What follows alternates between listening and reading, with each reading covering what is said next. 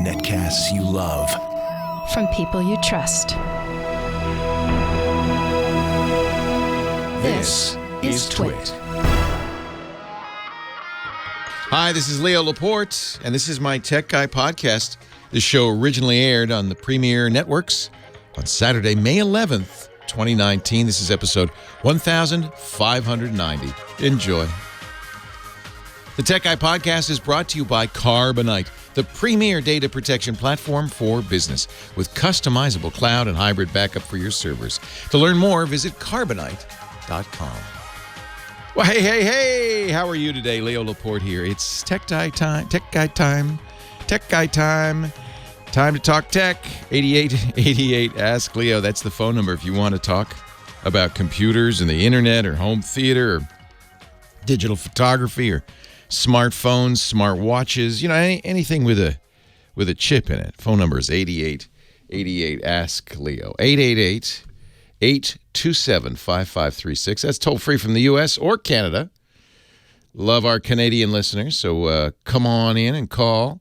If you're outside the area, we still love you, but you don't have to, you can't use your phone, but you can use Skype or something like that. Some sort of outbound voice over the internet phoning application.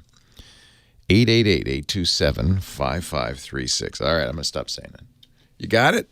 I will tell you one more thing. If you forget the phone number, the website has it at techguylabs.com.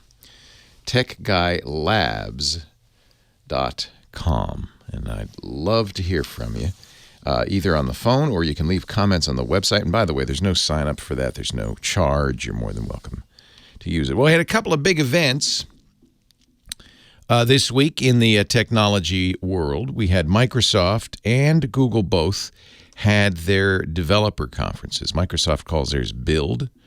Google calls theirs I/O. And a developer conference is, well, and all the companies, big companies now do this. It's a chance for them to invite developers to get together, usually near the company headquarters, and find out what's new and different. And also, it's a little bit of a recruitment thing.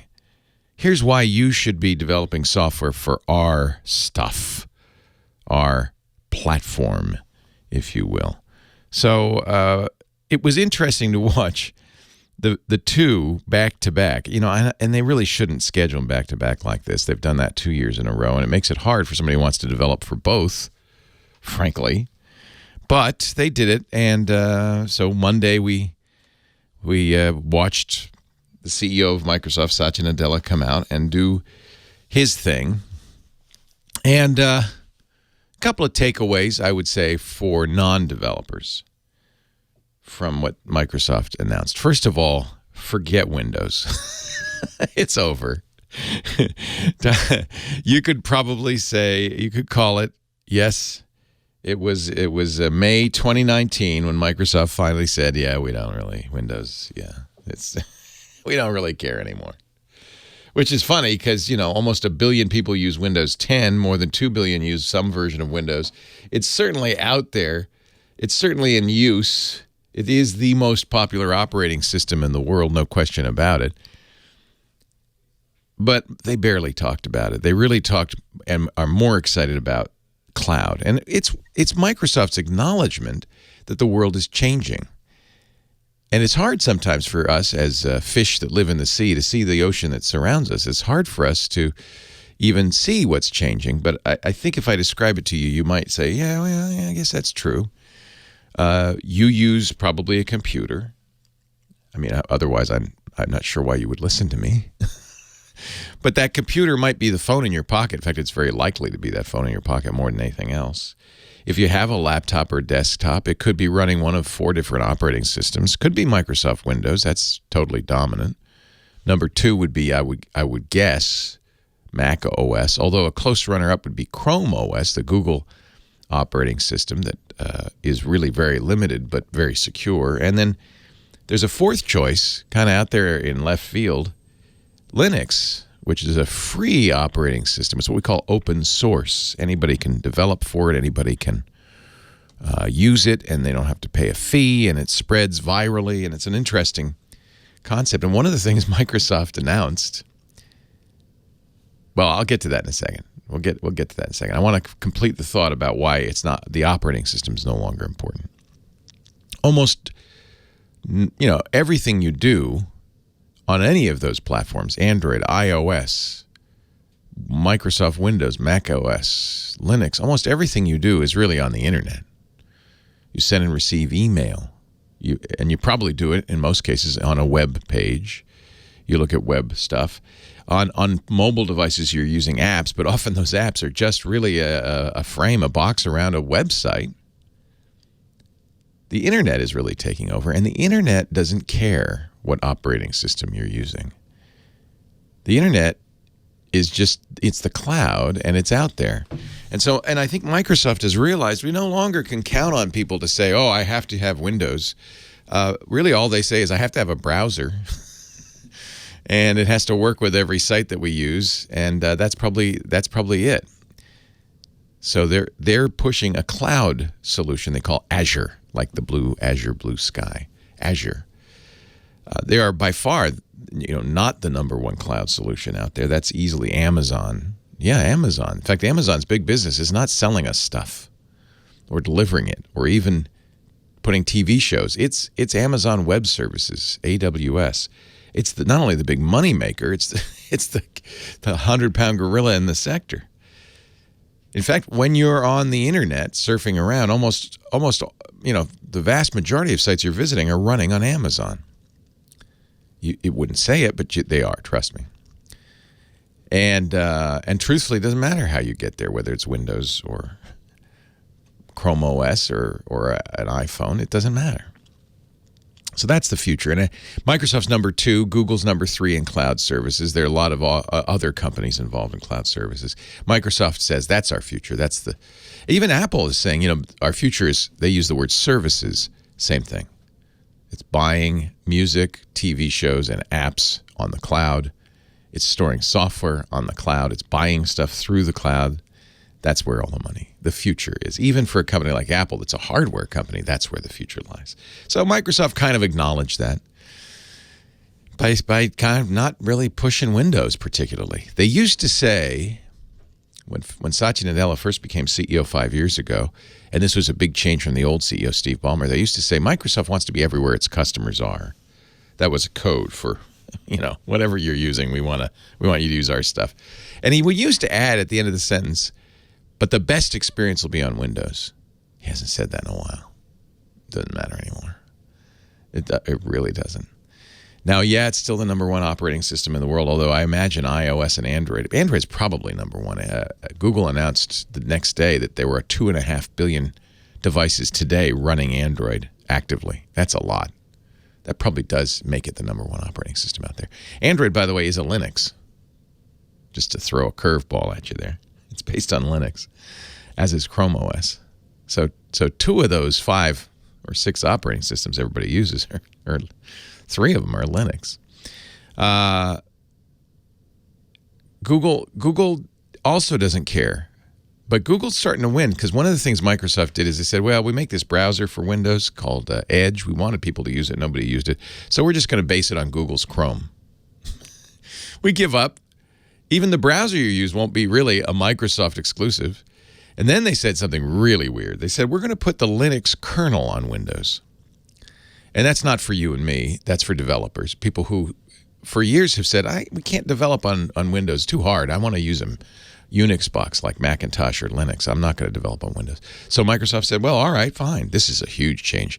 Steve Ballmer used to say, Linux is a cancer. It's going to ruin everything for everybody. Now he says, Satya Nadella says, Windows, what Windows? No, anything you want, whatever you want, use it. And if it's Linux, fine. In fact, I wouldn't be surprised. Now, I said you could say I heard it here first, way back in 2019. I wouldn't be surprised around 2025, Microsoft just throws in the towel and says, yeah, the next version of Windows is really Linux. Why not? Why not?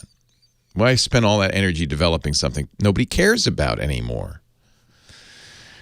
Anyway, that's my takeaway from Build. Google was much more exciting. Microsoft was all focused on business and the cloud. Google was talking about stuff you use every day on the phone in your pocket. We'll get to that a little later on in the show.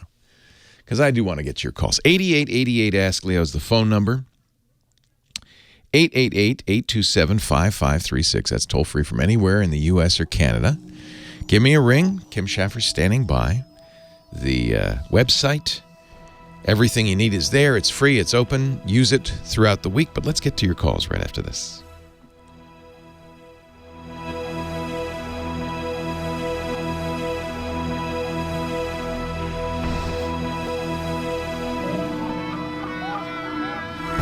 So, Chris, Brave works fine on iOS. They're working.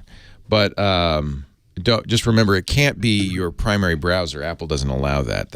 You can't. On Android, Mac, and Windows, you can make, or in Linux too, you can make Brave your default browser, but not on iOS. Apple insists on you're using Safari on iOS. So you can have it, as I do, and I'll show you on my iPhone. But in order to use it, you either have to save a bookmark on it. So there it is. There's a little lion. And notice I put Safari away. I think Safari is probably in the, it's in the Apple folder. This is all the Apple stuff I don't care about. Tips, compass, stocks. I put, so it's out of the scene. When I want to open a web browser, I just open Brave. And if the problem is if you get a link in Messages and click it, it will always open Safari, and there's no way to change that. The other thing I will do is you can also make Brave, if there's some page that you like. Let's use Reddit. Okay, fair enough. Now you notice it says see Reddit in the Reddit app or Safari. Nope. I don't care. Come on, you son of a gun. Reddit really doesn't want you to. Oh, that's so annoying. I hate it. Well, okay. You can always press the share button and request. That's what I'm going to do. Request the desktop site. That should fix it. Yes. And then I can add it to the homepage. Well, I should be able to. Maybe you're right, Chris. Maybe it doesn't work. No, that's a bookmark. Well, I've done this before, so I know you can. Just add it to the homepage, and now you'll have an icon for that site that opens in Brave. It's a miracle! Here she is, Kimmy Schaffer. She's don't take no Schaffer. She's unbreakable. Hello, Kimmy. Good morning. Good morning. How are you? You're still glowing from the Warriors' victory over the Rockets. It was amazing. Warriors. Were you there? No, I wasn't in Houston. How would I get here that You know fast? who was in My Houston? private jet? You know who was in Houston? I don't know if you saw it, but the Queen, Daenerys Targaryen. Oh, see? This is where I just don't fit in. I'm not. You don't watch Game of Thrones? No Game of Thrones. Well, and then I you like wouldn't sports. have. You wouldn't have. It was pretty funny because she's there. Obviously, she's the actress. She's there, Emilia Clarke, and she's there, and she's watching the game. Of course, courtside seats, sitting right there, best seats in the house. And the mascot's walking along, and he suddenly sees her, and he drops his coffee, which was funny because of the Starbucks thing. Yeah, this and week. then falls to his knees and bows. Takes the knee, bends the knee to her. And what was cute about it, even though she's a big star now and famous all over the world, she was very shy and embarrassed, and she was like, "Oh." That's the blonde one. The really although she's not really white. a blonde, but she has. She's See, I wouldn't recognize her in real life. No, you wouldn't. We call her Mother of Dragons. Yeah. Mother of Dragons, Daenerys Targaryen, first of her name. See, everybody was looking forward to April 14th for that reason, and I had a different reason to look forward to that. Because it's your birthday. That's a much better reason. The Game of Thrones was not even on my radar. Good. I'm glad. Real geeks don't watch TV. They're busy playing with their Raspberry Pis. Or partying. Anyway, congratulations to our local basketball team. I hear they're pretty good. They're very good. I hear they're all right. Very good. They won, 3 championships? Yeah. They're doing what the Giants did a few years back. And so enjoy it while you can. Because it's going to come to an end. As we've learned, the bitter reality. Now the Giants suck. So all the geeks are listening going, I know, like, I'm not interested in sport ball. Let's talk more about Game of Thrones. But no, let's take some calls. Who should I start with? Dustin in Chesterfield. Wait, I put California. I think he said Virginia. Sorry. We'll find out. It's a little bit early, but you're too old. I'm too. I'm sorry. You're too young to remember already, Chesterfield cigarettes that were grown in beautiful and Virginia. I've never been a smoker. So Virginia I don't tobacco. Cigarettes from. I wonder if that's where this name Well, comes talk to from. Justin. He might know. I'm Dustin, not Justin. You're still recovering from last night, aren't you? A little bit of whiskey Yeah, last night. a couple of 3-pointers. Yeah. A little rummy this morning. Thank you, Kim. Hello, Dustin. Is it Virginia? It is. Welcome. Good to talk to you. What can I do for you? Hey, longtime fan. I've been following you since the Tech TV days. Thank you. But I finally have an issue that I have to call you for. Well, it's good. See, you've had me in your back pocket now for 20 years. I'm glad I could finally be of some use. Yeah, I'm used to just being able to Google questions and finding the answer, but for once I'm stumped. Yeah, I think, I should acknowledge this, that when I first started doing this radio show in 1992, people couldn't Google for answers. So we were kind of the call of last resort. Nowadays, if you know how to search for it, you could probably find the answer to any question. The trick is knowing what to look for, isn't it? Yeah, definitely. So what is the problem that you cannot find the answer to on Google? Well, so my mother has had a bad turn of health. Oh, I'm sorry. And it's left her with bad eyesight and shaky hands. Oh, dear. Has always had a flip phone. She swore off smartphones, said she didn't understand them, didn't know why anyone would want one. But because of the bad eyesight, we've kind of had to move her to one. So I got her a Moto G6 Play, which has been great. I found a launcher with a nice large home screen for her. Yeah. Most smartphones, iOS and Android these days, you can make the text pretty big if you go. The real trick is to go into the accessibility settings, because that's where you can really make it accessible. Big text, big buttons, and all that. Yeah, I ended up having to get some other apps to crank it up even more, because even those didn't get her to the right place. But here's the problem I'm having. We're having trouble with her answering the phone. The default call app wants mom to swipe to answer the phone. You know, I have difficulty with that. I can completely sympathize. She just can't get that motion down. Yeah. So I've been trying to find a solution that hopefully was like a touch to answer.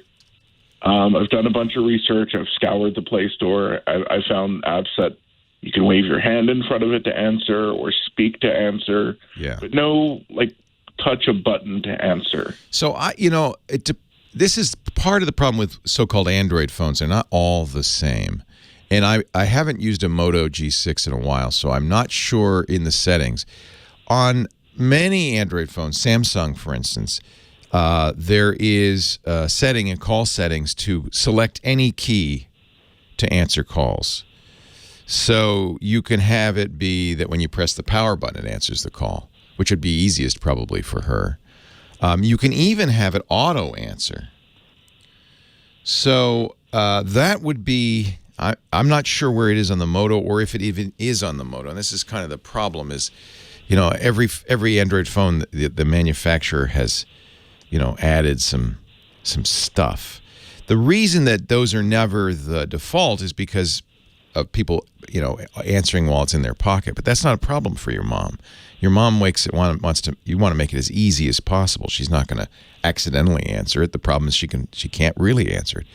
So I would, I don't have a G6 in front of me. I am going. Yeah, I've looked through all the settings and I haven't been able to find look in accessibility on this. Okay, on the Samsung. It's in settings, call settings, but that sounds like something that's specific to Samsung's.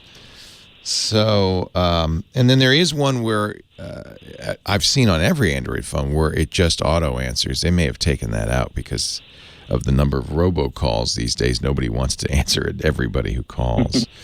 I'm surprised, somebody who's got a G6 or one of the Moto phones could be an earlier one because the nice thing about those Moto phones is they're pretty clean, pretty pure Google. And so they may not have a lot of the additional settings that things like Samsung have. But if anybody's got a G6 and can find that, let us know. We're gonna help Dustin out here. That is nice of you. And of course, the chat room's saying there are phones like the Jitterbug for older people. I got my mom a Jitterbug. Big buttons, easy to answer. She said, "No, I want a smartphone." So I had to get her an iPhone. Leo Laporte, the tech guy. So let me see if I can.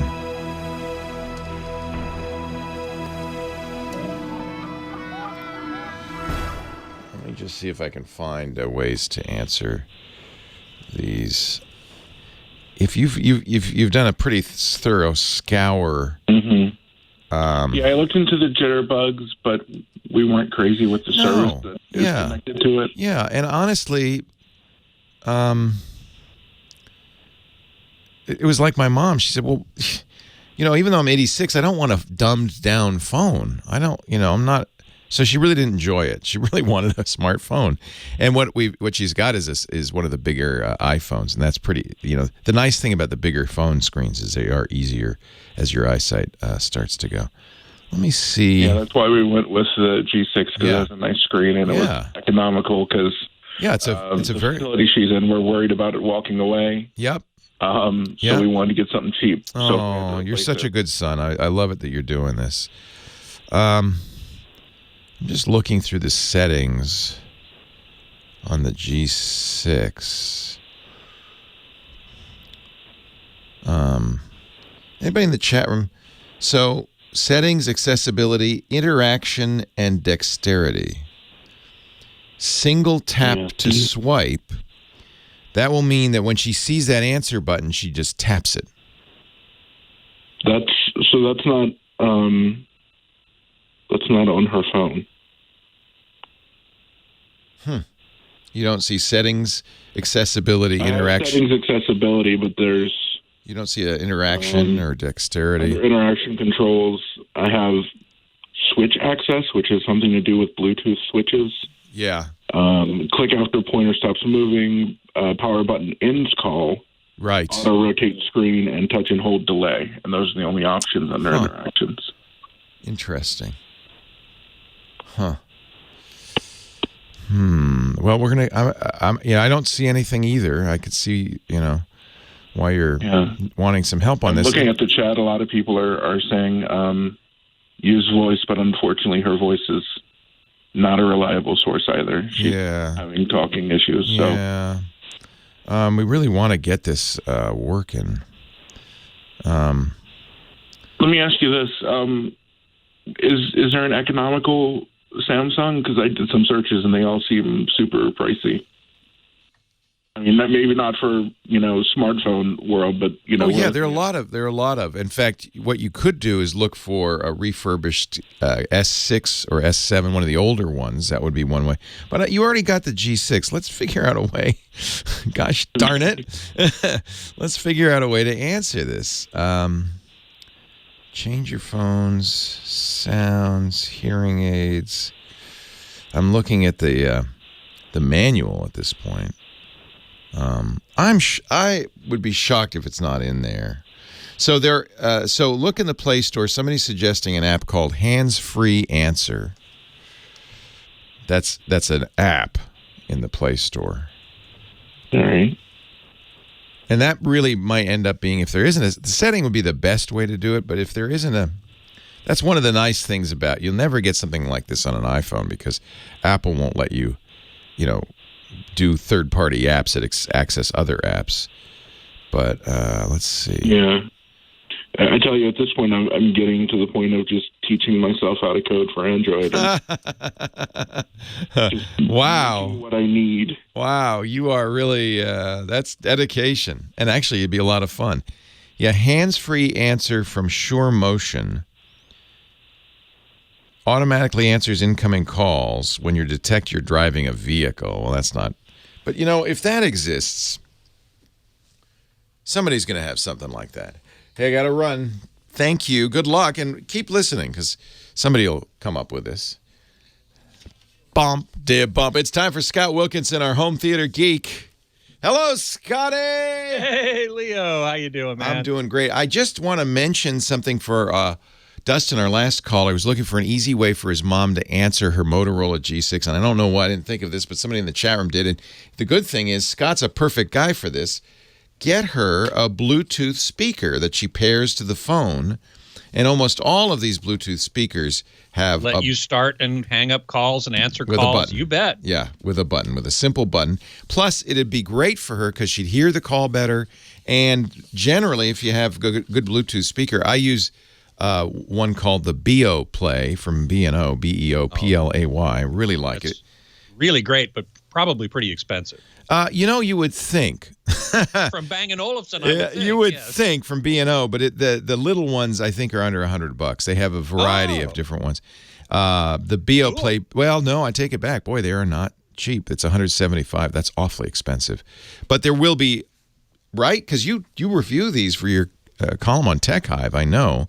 I do. There are plenty of inexpensive Bluetooth. Oh, yeah. You pair it to the phone. When the phone rings, the speaker rings. You can tap a button on the speaker, pick up, talk through the speaker's microphone, hear the call.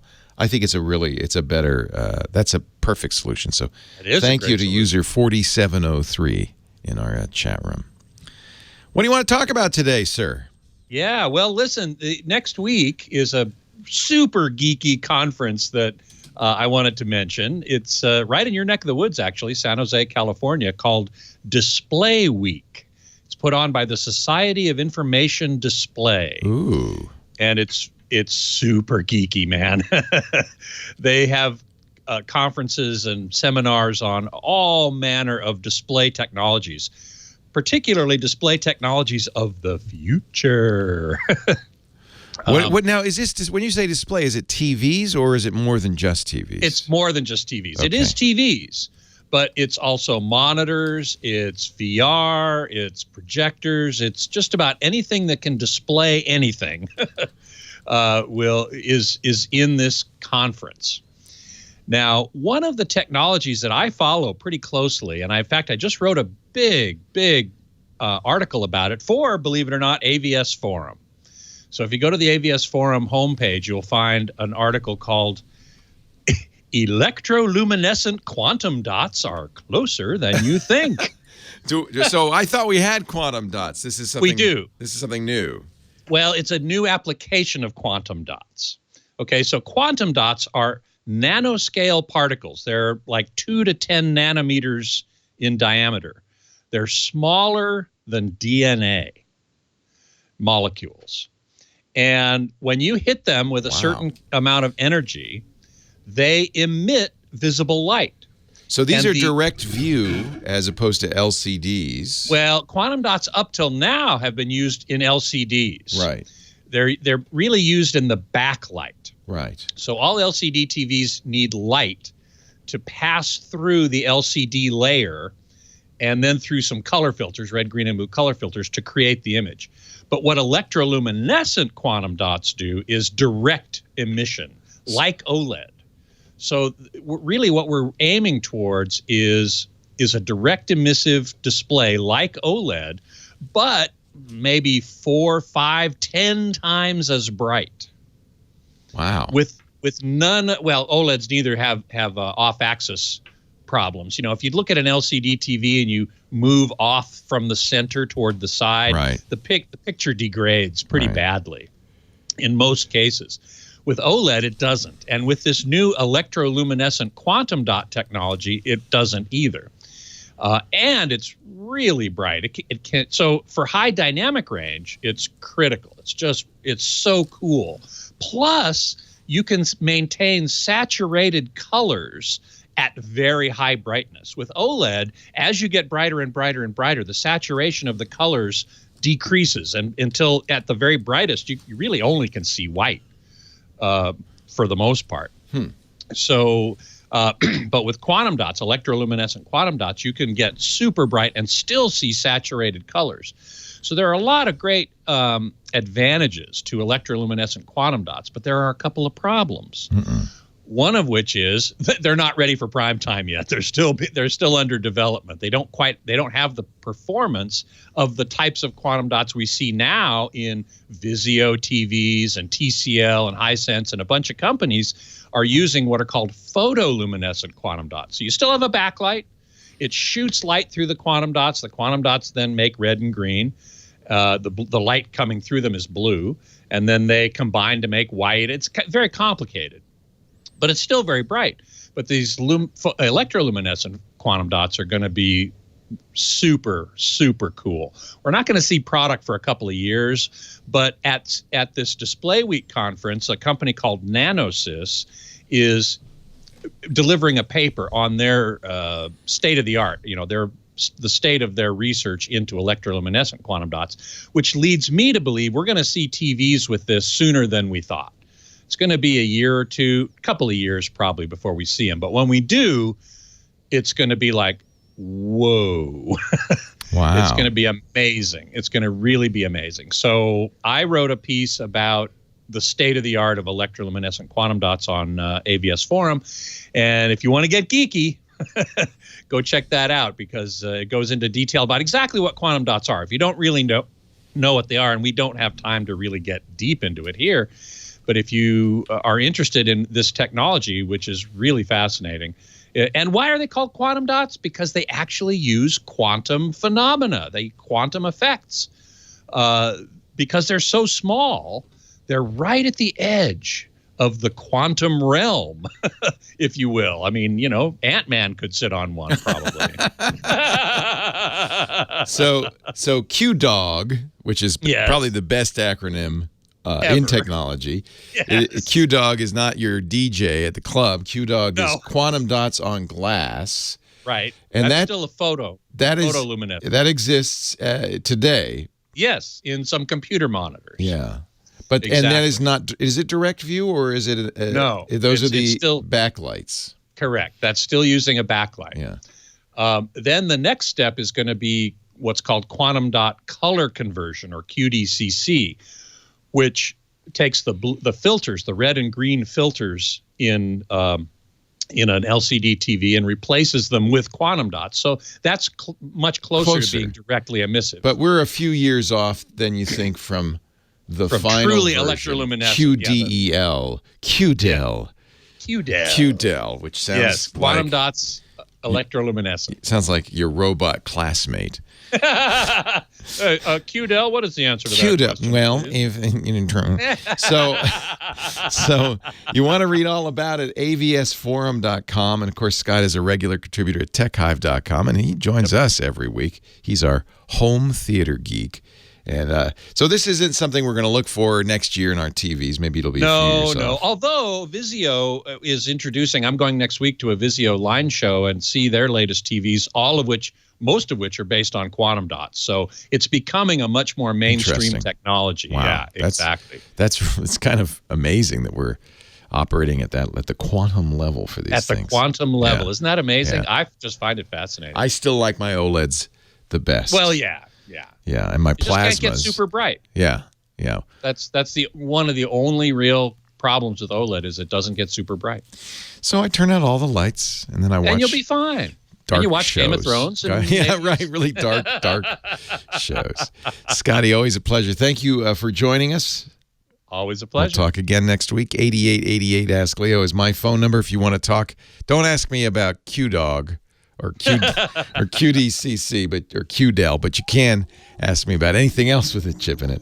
Leo Laporte, the tech guy. More calls right after this.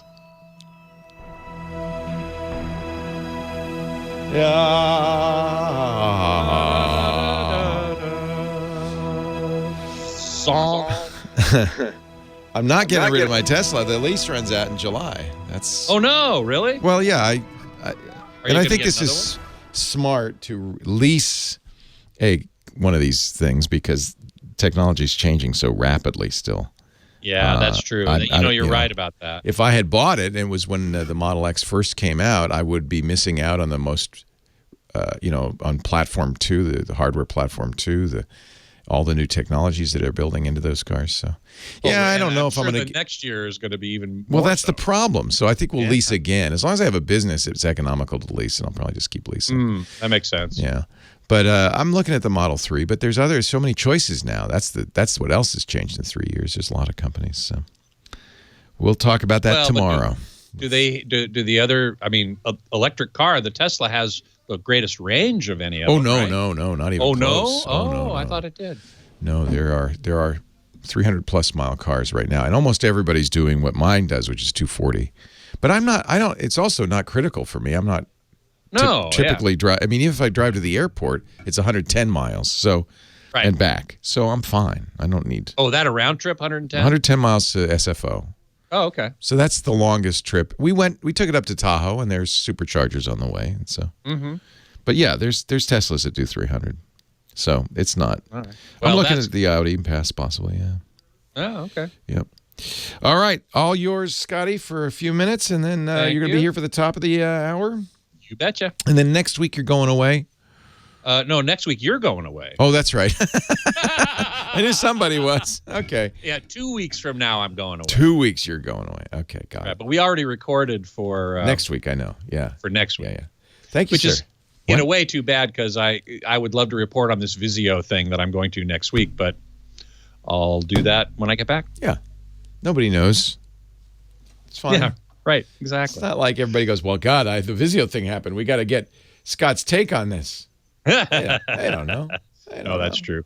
Well, and yes, Mike Heiss, hey, welcome into the chat room as always. Really good color. Yes, it is real. Quantum dots do really good color.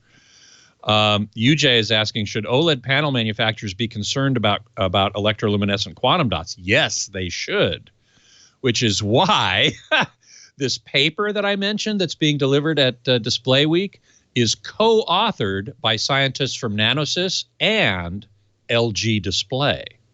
Now, LG Display is a subsidiary of LG, not to be confused with LG Electronics. LG Electronics is the company that sells TVs, finished TVs to consumers.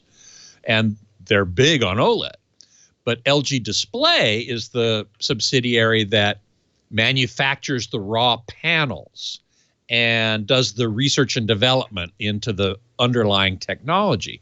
And so they're looking seriously at electroluminescent quantum dots because once those become available and have the performance that's needed to do a TV, I think OLED's going away, to tell you the truth. I really do. It's that important. It's going to be awesome. The only thing that can compete with it is micro LED. And that's going to remain very expensive for a long time because it's so difficult to manufacture. You have to take those microscopic LEDs and place them perfectly. They cannot have any errors. And that's really hard to do. So micro LED is a very important technology, and we're going to see it more and more. Samsung and Sony, in fact, for their Samsung's Onyx and Sony's Crystal LED, they just won Technology of the Year, some award from the Society for Information Display, SID, for Display Week. Display Week, the exhibit's open on Tuesday, but I think they're doing seminars probably over this weekend and Monday. And thank you, Scott. Top of the hour. Top of the hour. We got your QLED, we got your ELED, we got your ELQD, your QDUG, your MLED. Oh, boy. That's why we have Scott, our home theater geek, explaining all this stuff to us. Crazy. He said, we were talking, he said he does think this new direct view quantum dot technology, when it comes out a few years hence, will be the go-to technology for television. So enjoy your OLED while you got it, or your quantum dot LED backlit projected LCD, whatever it is, while you got it. But in a couple of years, we're going to, that's why we have Scott. He'll let us know when the time has come. Back to the phones. Let's say hi to Dr. Mom, now in San Diego. Hello, Dr. Mom. Hey, Leo. How you doing? I'm good. Are you going to upgrade your Sonoses to use the Google Assistant this week? Well, that's happening, but that's not what I'm calling about. They put through an interesting new integration with the Amazon Echoes. Yeah, I'm not going to say that other word. Okay. Remember how people would call and complain every time they talked to the Echo? All the Sonoses would suddenly silence? Yes. They fixed it. Oh, good. Well, seems like a big deal. I'm glad they fixed it finally. Yeah. If you open up the app, the one Amazon puts out, you know how you can link lights to a room on that device and say, Yes. turn off the lights? Yes, I do that. And Sonos is now integrated. You can do that too. In fact, you have to. Sonos is now added to your app. Every speaker that's not already in a room is now set up in a room. You link an Echo to it, and then when you say, play this, it automatically starts it on that speaker. And we'll stop it. You can adjust the volume. Cool. Dr. Mom and I are big Sonos fans. I have to wonder, though, what the future holds for Sonos, since, their whole thing was these, wireless speakers that have multi-room sound. And now, frankly, that's what Amazon's Echoes do, and it's what Google's speakers do. And I don't know if, the Sonos brand can survive the onslaught from those two big companies. Well, I think they're a little bit different. I don't think there's any question the sound quality is better. I'm waiting to see if Jeff Bezos tries to buy Sonos and puts it together. I don't think he needs it. It is, I'm sure that's why Sonos is working so hard on these partnerships with Amazon and now with Google. But I don't think they really, that there's no secret sauce anymore in what Sonos is doing. So I don't know why they would bother. Yeah. There's one interesting thing, though, I found out when you do that. I don't know if you have a room with this. I have a play bar under the TV in our bedroom, and I have one of the little bedside clocks with a sticker over the camera so nobody can look at me. Yeah. Well, sometimes I just want to listen to the news or something on the bedside clock. If I've got them linked, it starts the play bar. I don't want to be in your house because I have a feeling it's very elaborately. Now, you moved, or you're moving. Are you relocated in San Diego? And were you able to relocate all this? I'm in San Diego right now. Yeah. Sitting with my daughter, the physicist, who could explain quantum dots. I'm sure she could, in a way none of us would really understand. So how hard was it to move your your IoT, your automated home? Oh, it was a nightmare. Yeah. Disconnecting things, yeah, excluding things, putting them back in. The hardest thing actually I had to do was the Sonos. You supposedly can pick it up and move it. You want to pick up one speaker and move it because it saves all your settings. Yeah. But then you want to disconnect every other one and bring it into the new location. I'm just not going to move. That's my solution. I'm just going to never leave the house again. Oh, that's the problem with making a smart house, is somehow you have to pack the brains up and move it along with you. Well, congratulations on the move. I saw a great article about your son who is becoming a star chef. That's awesome. Your family's doing great, Dr. Mom. Okay. Thank you for joining us. Yeah. Talk to you later. All right. Take care. Suzanne, Anaheim Hills, California is next. Hi, Suzanne. Hi, Leo. I thank you for taking my call. Pleasure. I've listened to you for years, and my tech guy at school just says I'm so much smarter because of the things I've learned from you. So thank you very much. You don't have to tell him you heard it here. It's okay. Just pretend. Oh yeah, I'm just a wizard. I know. I've learned. I'm smart. So what can I do for you? Well, I'm going camping for 5 days in the Urals of Russia. Wow. And we will be out in the middle of nowhere for about 5 days. Holy cow.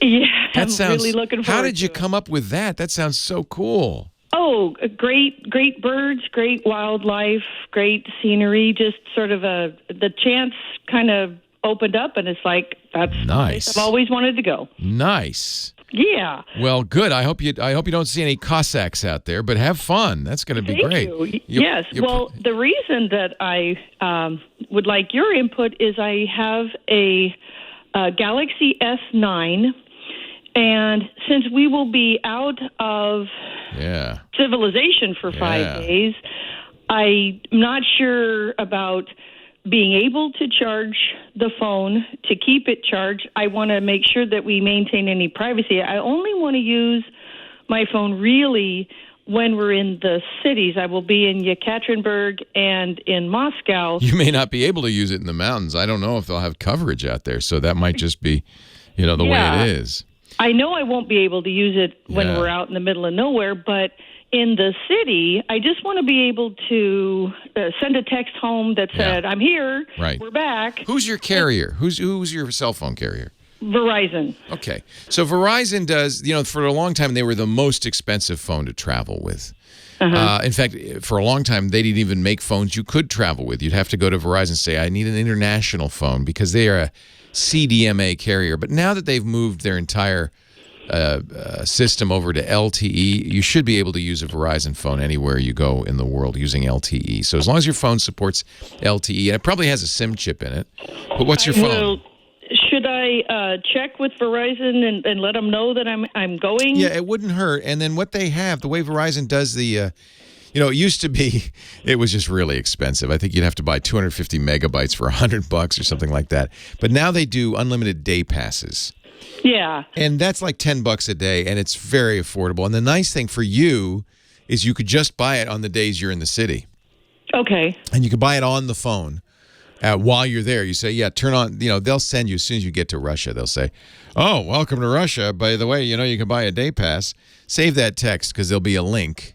Okay. And you'll click the link and you'll buy the day pass. It wouldn't be a bad idea to just call and confirm that, and most importantly, confirm that the phone you have will work. Is it an iPhone? It's an Android S9. Yeah, you shouldn't have any trouble with that. The S9 is very compatible. Okay. So, and you can also go to their, getting started traveling outside the U.S. and they talk about the international plans and all that stuff. You could even get the day passes ahead of time if you want. Okay. The other question is, since we will be probably not just out of cell phone range, but I'm not sure what the charging opportunities are going to be. I'm not even sure if. Well, once you're in the city, you'll be able to plug it in. But if you're out in the mountains, solar's there's two things you can do. Solar's the obvious one, and my favorite company for this is goalzero.com. They make camping solar panels that fold up and you can take with you. Okay. And then it's a little weird. A camp stove kettle that actually, while it's boiling your water, will also generate power, has a USB plug, and you could charge it up if that's something that intrigues you. We've used it; it works. But I think the Goal Zero might be a little bit better. Have fun! Okay. What a great trip! That is just going to be awesome. Leo Laporte, the tech guy. Hold on a sec. Okay. So the stove is called the BioLite, BIOLITE. BioLite. And it's at bioliteenergy.com. It's a electricity generating. Are you gonna have are like you there with people who are gonna cook, or are you on your own? Are you cooking your? Oh no, somebody's gonna be cooking for us. So you don't need to bring a camp stove with you. Correct. I do need to bring everything else, tent, camp, sleeping bag, all that stuff. The other question was, if I didn't want to just turn the phone off and leave it off. I wanted to maybe turn it on every once in a while and take a picture or so. Yeah. That's why the solar. When I get home. That's why the solar's a good idea. Okay. So what you want, and Goal Zero sells these, and you can also go to REI. I mean, if you're going to REI to get your camping gear, they have them at REI. Oh, okay. Because I did everything else is REI. Yeah, of course. So I will check with REI. Yeah, they'll have it. But you can get this Goal Zero, and what you would want is one that has solar panels, but also a battery. Okay. Now the problem with the battery is those are heavy. But the reason you want that is because you're going to want the phone during the day. Yeah. You're not going to want to leave the phone on the solar charger, and at night there's no solar. So what you'll want to do, and you could even just buy one of those little portable battery packs and charge it. But you're generating electricity obviously during the day, which is the same time you'd probably want to turn the phone on. So yeah. Yeah. Now, my tech guy at school recommended for privacy issues to leave it on airplane mode, but I don't know if I can send a text home. Can't. Well, I can't. So if I turns off all the radios. Send a message home and then turn it back to airplane mode. That's an excellent idea, because airplane mode not only preserves your privacy, it also preserves the battery. Correct. So you can continue to take pictures, you continue to play any offline games, but you're just turning off all the radios, which suck battery. But you can't, among other things, you can't send text messages. Now, you won't be able to send text messages if you don't have any cell service. Correct. You understand that? Right. I just wanted to send the message when I got when to... you get there, yeah. Yeah, when I get I'm in there, Ekaterinaburg. We survived. Yeah, I landed safely. I'm okay. Yeah. So yeah, I think your tech guys got a good idea, which is, you're going to put it in airplane mode in the airplane anyway. Correct. You turn it off briefly to text message, and then you turn it back on again. The couple of things, though, be careful with. You don't want to send text messages when you don't have an international plan. Okay. Because that can cost a lot of money. Right, and we want to make sure that we don't want to come home with a huge bill because I sent a message I shouldn't. Okay. That's right. So turn off data roaming, which will be in your cell phone, your carrier settings. Okay. That means you won't be able to use any international data. Right. You'll obviously have to turn that. I don't know if you'll have to turn that on. This is a really good question for Verizon. If I'm on the the day pass, do I have to turn on international roaming? Probably you do. That means it'll use the cell service from Ekaterinaburg or wherever you are. Yeah, Ekaterinaburg. Yeah. Yeah. So you probably do have to do that. Okay. The only problem with the day pass is it's a day. Yeah. So the next day, all of a sudden, everything gets real expensive. Right. You can leave, by the way, in airplane mode, you can leave GPS on, and I would for location purposes. Okay. That's valuable. But it will turn off Wi-Fi and cell, and that's kind of what you want to do when you're not going to be. Yeah. Yeah. But GPS doesn't use very much power. You can actually, I only recently learned this, leave GPS on a plane as well. Oh, yeah, okay. Yeah. So that's actually kind of handy. There are programs like one called Flyover Country where you can say, download the maps for where my route will be. So you're not using the online data to get the map, but you can leave the GPS on, and then you'll be able to see the maps of where you're flying over, which is kind of fun. That's always kind of cool. Yeah. Well, so I think you're good. Yeah, I think you're good. It's $10 a day. You're going to have 5 days in country, 5 days in the cities. So, or whatever, 3 days. It's not very expensive. Yeah. And now, can we do the day pass? Because the 3 days, 4 days in the city, there's like 2 at each end. Yeah. Can we do it per day? These are the 2 days, and then skip 5, and then these are the 2 days, and we can do it like that? Yep. Okay. You do it per day. Okay. Thank you. Have a great trip. Thank you, Leo. Thank you much, and thank you for all of the wonderful information, not just for this trip but for everything else, because I do feel a little more competent when I look at my phone or any other technology, but I immediately get very quickly out of my comfort zone. Well, no, it's good to push, but that's great, Suzanne. Have a great time in the Urals. Sorry, Scott, I just didn't want her. Problem. I didn't want her to go to Russia without I wouldn't either. proper advice. No, that's absolutely right. You got 3.5 left, all yours. Thank you. I'm going to get a cup of coffee. So Cal Sage posted something amazing here in the chat room. My buddy is installing a new 40-foot Samsung display in his theater here in Texas. Anxious to see it. And at first I thought, whoa, a 40-foot screen in a home theater? That's one hell of a house. But then I realized, oh, wait a second. It's probably his buddy probably has a commercial cinema. And so he's installing this Onyx Cinema LED screen in his theater, which is awesome. Man, if you live near there, go see it. There's only one problem, and it's a temporary problem, but it's still a big problem in my book, which is that there is no high dynamic range format to put the digital movie file called a DCP, digital cinema package. You can't encode it in HDR for an LED screen. The only HDR in commercial cinema is Dolby Vision in a Dolby Cinema, and to some extent IMAX in a laser IMAX theater. Those are the only two.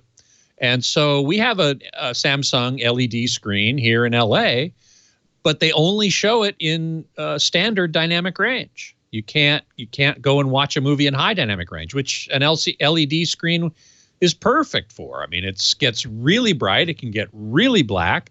It's got great high dynamic range, but you can't. There's no way to get a picture to it in a commercial setting. You can do it, people do demos on them all the time, and specially encoded content, but there's no commercially encoded content for that. So there will be. Don't get me wrong. There will be.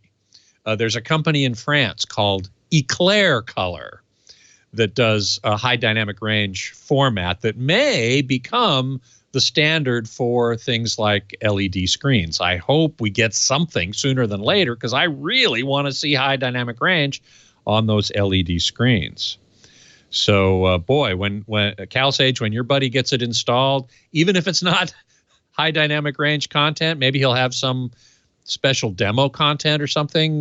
Maybe you'll get a private screening. I hope so, because it's super impressive. Super impressive. Somebody here just listed all of the initialisms. Most of them are not acronyms.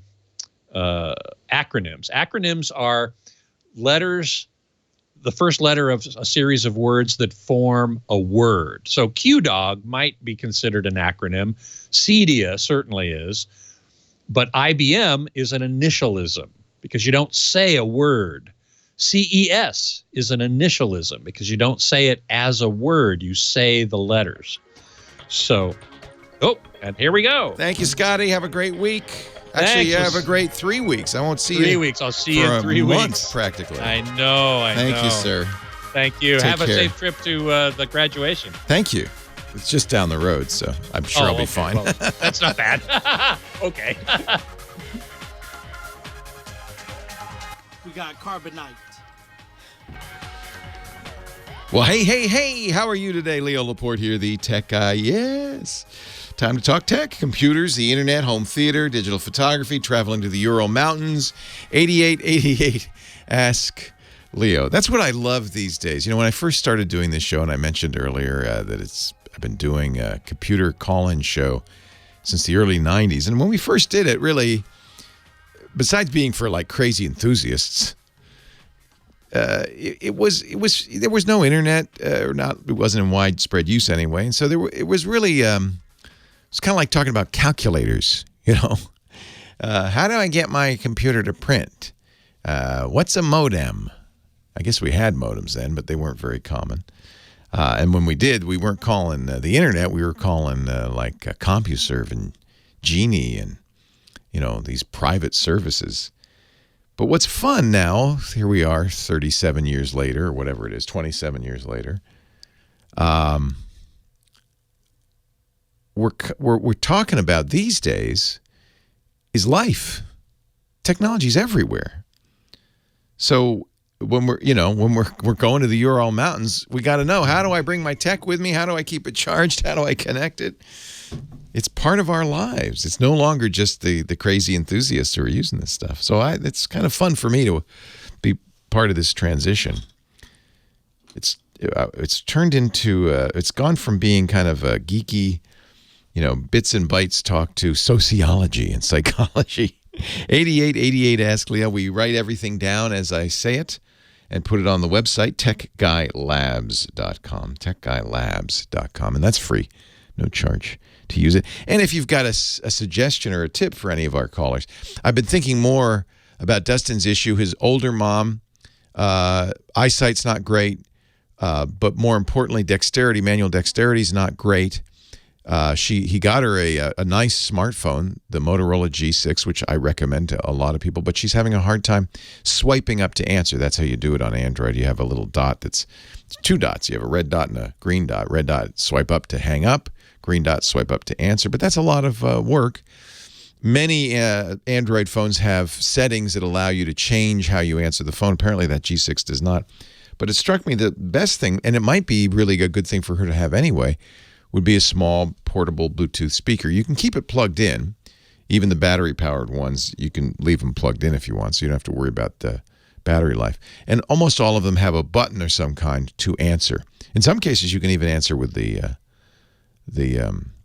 voice. Not all of them. So look and see what the capabilities are. But one that has a button to pick up would probably be the easiest for her. She can speak into the speaker and listen, and you could turn those speakers up much louder than the phone. She doesn't have to hold a phone to her ear, for instance. So I think that's a good idea. 8888 ask Leo if you've got an answer. You've got an idea, something you did for your mom, perhaps. Happy Mother's Day tomorrow, right? Ron in Charlotte, North Carolina. Hello, Ron. Hey, Leo. Good afternoon. How are you doing? I am well. How are you? Doing good. Fighting the rain and possible tornadoes in the area. Oh, already? Is it? Yeah, I just got an alert. Storms is crazy. Man. Yeah. Hey, general question. I mean, I've had computers for many years, and my current desktop is 7 to 10 years of age. It's still great. It's running an i7 one of the early i7 processors, and I do a lot of photography. But with hard drives always increasing in size, you go out to online Amazon and buy 4 terabyte drives for $150. Isn't that amazing? Now I'm seeing 8, 10, 15 terabyte. I was just curious and thinking back with the old IDE controllers, there was a limit to the size that the machine, or I guess the drivers could do. Do you know, or maybe the chat room, the SATA, is there a limit? The older, SATA chips or anything like that? No. So what happened is we rapidly exceeded the BIOS capabilities and the operating system capabilities. I think when we went to past 2 terabytes, we exceeded that. And when file sizes exceeded 2 gigabytes, same problem. We exceeded the operating system's capabilities. With hard drives, what they've done is they've just used the controllers to trick the BIOS and the operating systems. They said, yeah, this is a small drive, it's a traditional geometry, and then they had more storage. There's ways around it, and the controller is what really hides it. So as far as I know, I don't think and SATA is the new technology that's superseded IDE. I don't know if there's a limit. There may be practical limits, though. I'm not sure you really want a hard drive that's 15 terabytes. Oh, right. I mean, in order to get all those bits on there, they'd have to really jam them in tight. That means far more errors. In fact, we know this as drive sizes go up, the error rates are going up. The drives have, technology, ECC, error correction technology that handles that. But it does make me a little nervous about the long range, reliability of these. To be honest, I think what's happening. SATA drives did have a 2 terabyte limit, but that has changed as SATA has evolved, and drives controllers do things to trick them. I don't think there's an issue anymore with that. But what I do see people do is moving away from these old spinning drives, HDDs, to SSDs, solid state drives. And that's exciting because even though they still have the same SATA connection and all of that stuff, their speed is much faster. The downside has been for a long time the cost per gigabyte of solid state drives is high, but I've just been reading that the cost per gigabyte for solid state drives now is getting down to below 10 cents a gigabyte. That is really close now to spinning drives. Now, I don't think you're going to see a 15 terabyte solid state drive for a while, but there are a lot of ways to do that. In fact, I wouldn't be surprised if you see an enclosure for a 8 terabyte drive that's really 2 4 terabyte drives in a RAID array. That enclosure's hiding 2 drives inside. But nevertheless, I think that those things will come. So the hard drive costs for spinning drives now are maybe as low as a nickel. And the hard drive costs for solid state drives now as low as a dime. I think that's pretty remarkable. I mean, you go back far enough, as do I, where we were talking $1 a gigabyte or more. So we've really seen amazing drop in price. So at this point, I think much more likely, if you want a lot of storage, you're going to get a 1 or 2 terabyte solid state drive. To my knowledge, at least the commonly available terabyte solid state drives run out at 2 terabytes. But if you want larger capacities, you'll combine multiple drives into RAID arrays, and that'll give you the larger capacities. And they're small, they're compact, so that's an easy thing to do. Okay. Yeah, I think you ask a good question, but this has been a problem from the first gigabyte plus drives, and we just tricked the operating system or tricked the BIOS. The controller, which is that circuit card that's on the hard drive, it acts as an intermediary, and it just hides the thing. I remember my first hard drive. Bought that back in, I would say it was probably 1983 or 84. It was 5 megabytes, and the cost was close to $1,000 a megabyte.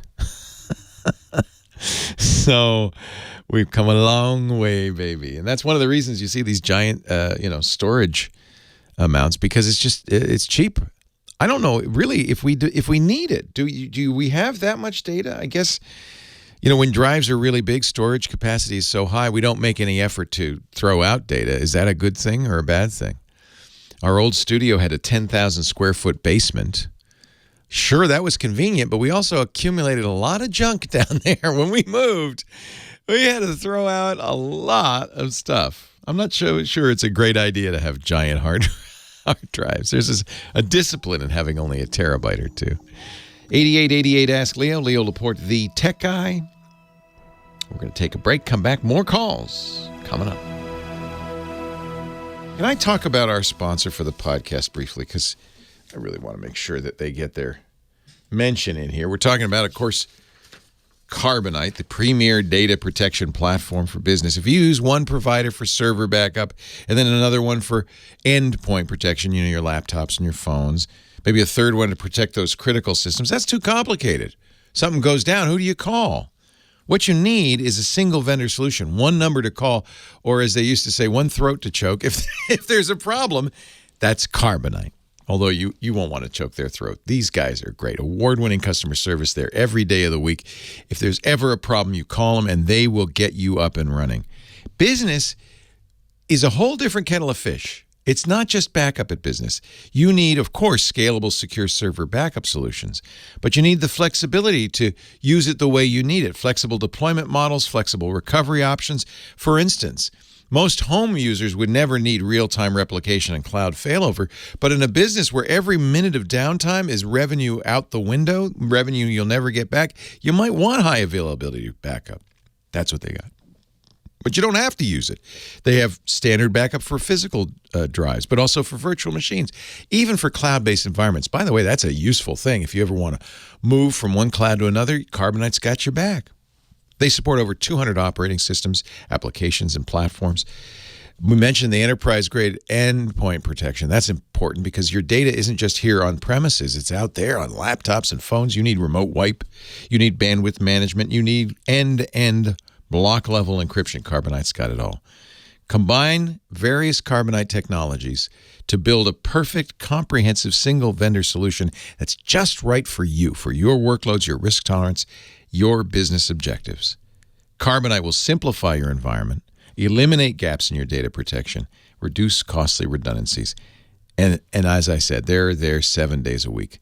A secure, trusted provider you can count on. Learn more about Carbonite's data protection platform for business at Carbonite.com. Carbonite, Carbonite.com. We thank Carbonite so much for making the Tech Guy podcast possible. Leo Laporte, the Tech Guy.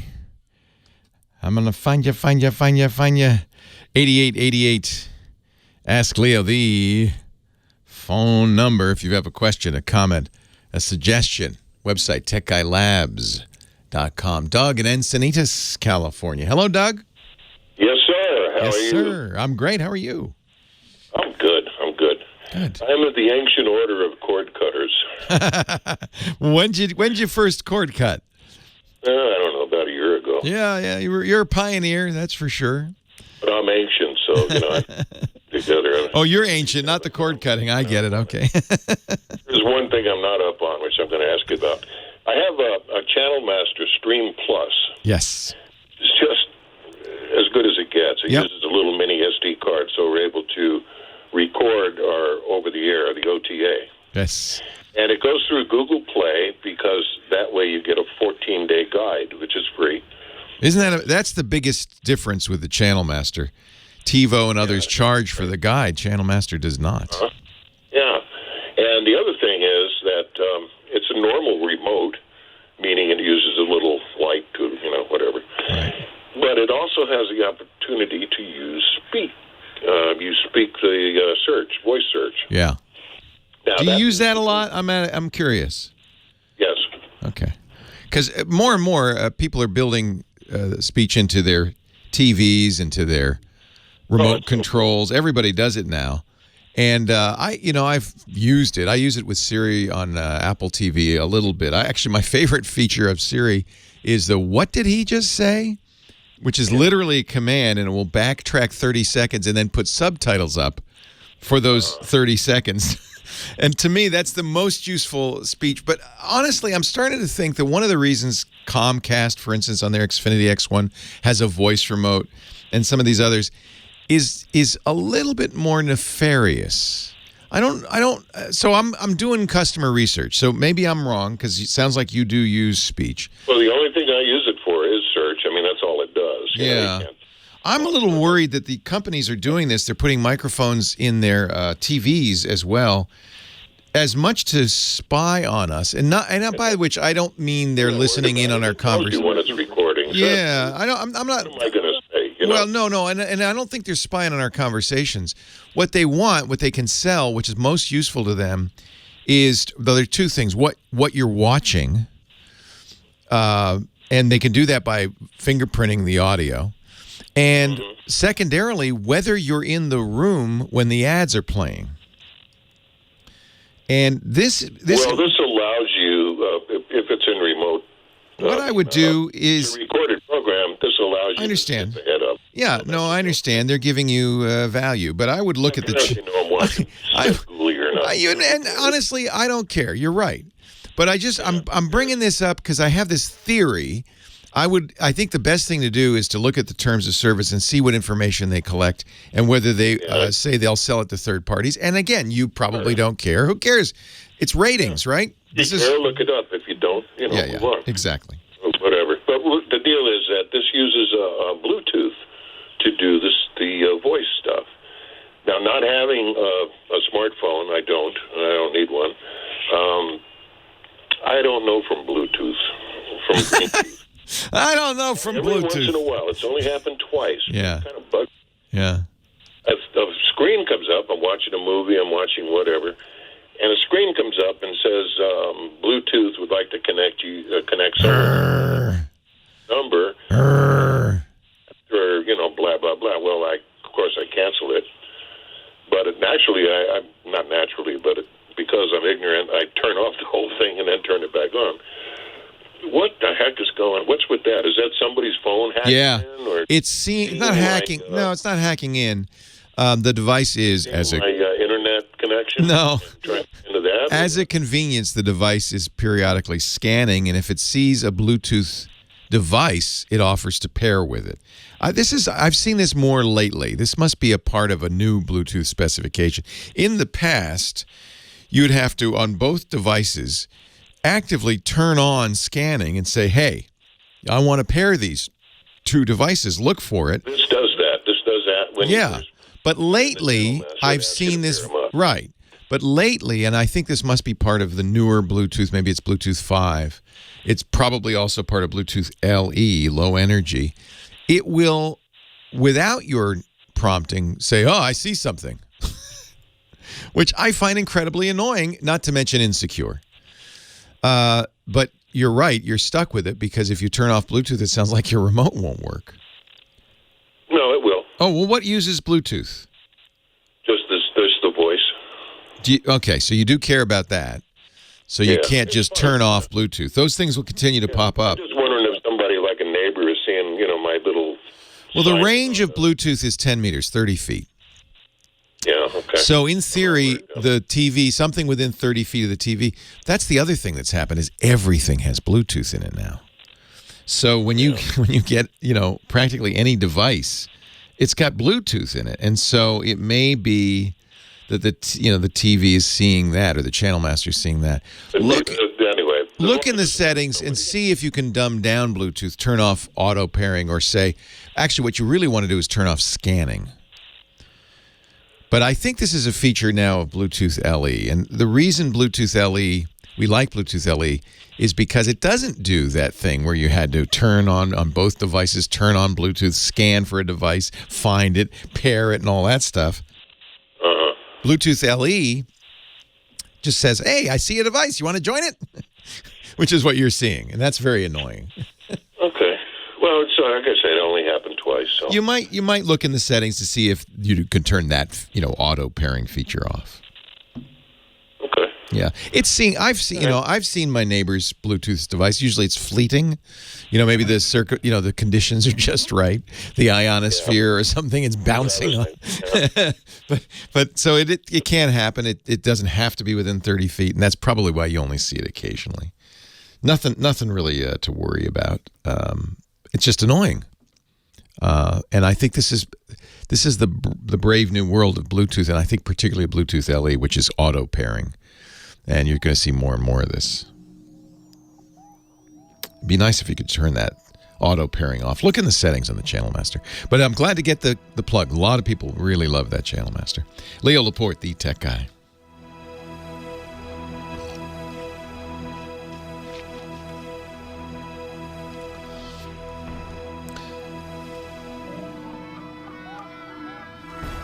There's Bluetooth devices with 100-meter range? That seems to defeat the whole purpose of Bluetooth, which is short range. That's weird. What are these class 1? Bluetooth 5 is 400 meters? Well, that's terrible. Thanks for ruining a perfectly good technology.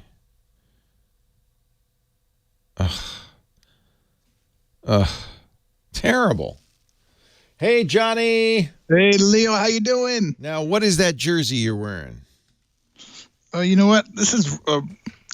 I bought it in England a while ago. It's rugby. That's what actually it looks not like. Rugby. Sorry, is it rugby? Yeah, it's rugby. Yeah. I went to a stadium and got a tour. Actually, it was a legend. It was legendary better because it was 30 feet. But now, yeah, go ahead. You're right. It never has been perfectly good. I'm sorry. What were you saying? John was talking to me. I was just rambling. No, I think it was a guy named Jason Leonard who was a rugby legend. Number 3, old number 3. Well, he was actually at the event I was at. I'm not sure if this was his jersey or not, but I love the stadium. I got a tour of the stadium. It was near Heathrow. Fun. So just said, hey. Are you a rugby fan? When I go to Australia, I'll watch it once in a while, and those guys are crazy. I mean, I played lacrosse in college, which is a pretty brutal sport. Yeah, but much more civilized than rugby. Much more civilized than rugby. You know what? These guys are monsters, and they're playing without pads. Yeah. And helmets. Yeah. It's cray-cray. I like footy, which is a rugby variant, Australian football. Yep, I've seen that. That's my favorite. I think that's my favorite sport because and they're also wearing short shorts. And these guys are like 6'6", 280, 250. I mean, you don't want to meet these guys in a dark alley. No, they're huge. The guy that was a footy player, actually he's now like coaching baseball in Australia, of all things. Okay. But he said you don't get injured as much. He says sometimes he thinks pads in American football are used as weapons. Huh. And that because these footy players are not wearing, they're just wearing shorts and tank tops. But I don't know. I have a friend who's a rugby player, and she's had, I think, 7 or 8 knee injuries, knee surgeries. So it's tough on the knees. Yeah. I once flew from Nandi, Fiji to Sydney, and the whole Fijian rugby team was on the plane. Oh, how fun! Those guys must be huge. They're wearing their what do they call them? They're like skirts, but I can't remember what the actual name is. And I was like, these guys they're pretty big boys. Some of them. They're huge. Not all, but some. Yeah, footy is Australian rules football. I think that's a great sport. It would do really well here if they. And it's fun to go to these different events. Actually, when you're traveling. Yeah, get to know the caber toss. And actually, one time I went to see the Dodgers play in Australia. They played against the Diamondbacks. It was the first official baseball game played in Australia, and they played at the cricket grounds. And it was just amazing just to see the kind of food they offered. And some of it was like supposed to be a take on America. Right. One was like a 2-foot hot dog at least. And I was like, I don't remember seeing that. And then I did some Google search, and there was actually one stadium that offered it. That's disgusting. Yeah. I think all hot dogs should be under 1 foot.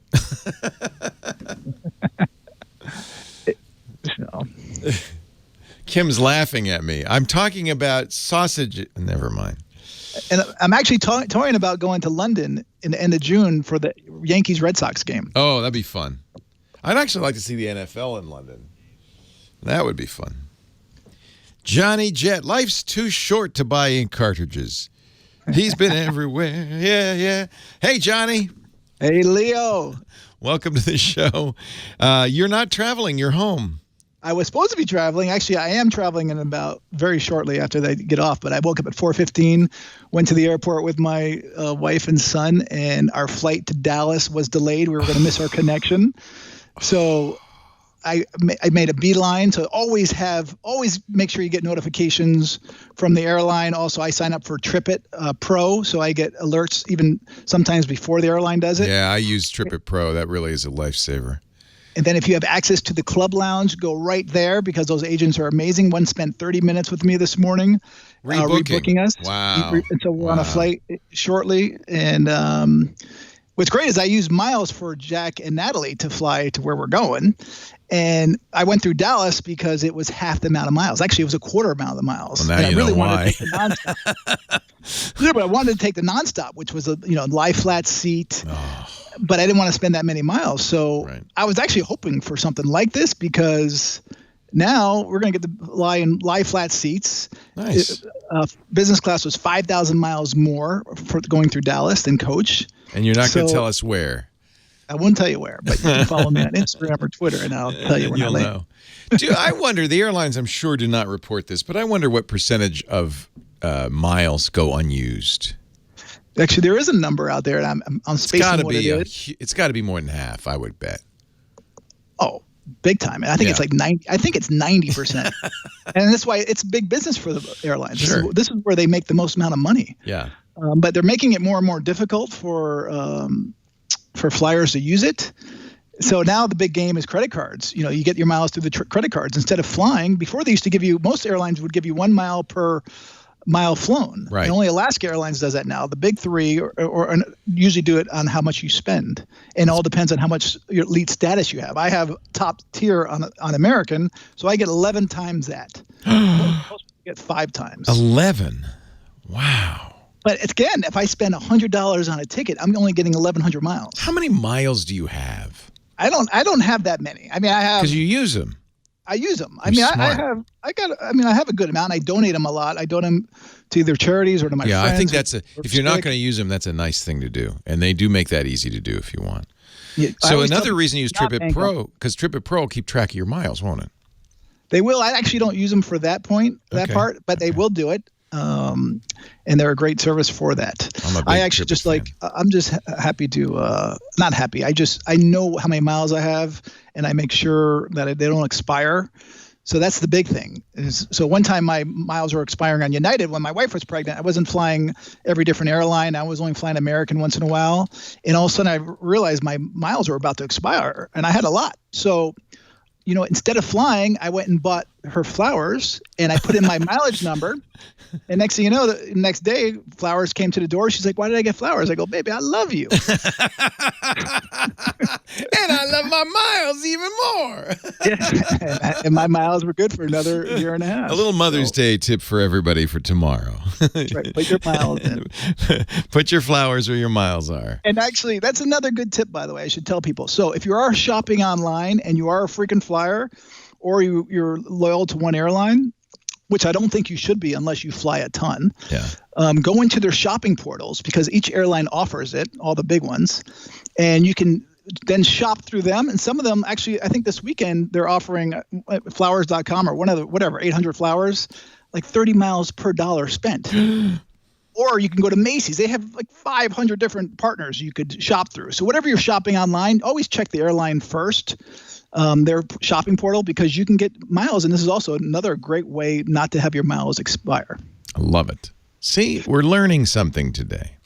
I try to teach people something every day. But actually, one thing I want to talk to you about this week, I wrote about rental cars, and we don't really talk about it that often. Mm-hmm. So in my experience, I think the best place to find the cheapest deals, it used to be Priceline where you could bid, but now I think it's Costco Travel. Costco Travel. Or a website called AutoSlash. So if you have Costco Travel, go in there, put your membership number in, hit the rent-a-car tab. And what I love about it is that the prices keep dropping towards the end. Of right before your trip. So always check. So if you're booking a month in ahead, keep checking every week and then check a few days before. And if the price changes, you can cancel your original one and rebook. And I did that 2 weeks ago when I was in Miami. I saved, I kept saving like $20 each time I would do it, which was worth it for me. But a lot of people don't realize that. Just make sure you stay away from the prepay guaranteed, because if you do that, then you're locked in. You got to make sure your rates are refundable and can be canceled anytime. And I really don't think people should book the, prepay guaranteed, because things come up. One time I did it because I was saving like $15 a day, and I was only doing it for 2 days. Actually, I wasn't even saving that much money, but I misplaced my license, my driver's license, the day before. And I could not rent a car without a driver's license. And I was prepaid, locked in. So things happen. Yikes. So that's why I really recommend people using or booking, refundable ones. And I'm surprised they still allow that. Yeah. Because the hotels don't anymore. The hotels used to cancel 6 o'clock that day. Now, most of them are 2 days in advance. You have to cancel. Yeah. You got to pay attention to all that stuff. But you recommend and buy travel insurance for stuff like that too, right? Oh, without a doubt. I mean, for full disclosure, I am a brand ambassador of Allianz Travel Insurance, which is, the leader in travel insurance. They're huge. But no matter what rate you get or which company you choose, make sure you read the plan, all the fine print, which is as boring as can be. Oh, and no man. one wants There's pages of it, Johnny. Pages. I know. But keep in mind that, like extreme sports or not. Like if you're going to go scuba diving or skydiving, that stuff is not covered. No. So, and if you want to cancel for any reason, that insurance costs way more than regular travel insurance. And because I travel so much, I buy an annual plan. Oh, that's a good idea. And it's not that much. So that way you don't have to keep doing it every time. Oh. And Allianz offers that. And it's, again, my wife and son have it. And it saved us. One time Jack was in the hospital in New York. We had to rush him to the emergency room because he had a really high fever when he was like a year old. And that bill was $1,500. And they covered it. Really? So, wow. Yeah. Oh, I mean, it took time. It took a couple months to get the money back. But hey, we got it back. At least you got it back. Yeah. So we got a minute left. You got anything else you want to share? Any tips? Any websites? Well, I gave you a lot of tips, but I do have some more tips about rent-a-car. So yes, I love this. When I wrote about it this week, actually Lifehacker, which is a big website, picked up some of it because it was really good. Oh, good. But a reader wrote in and said, listen, make sure you rent a small car in Europe because you won't find parking. And also you can't gas drive big cars.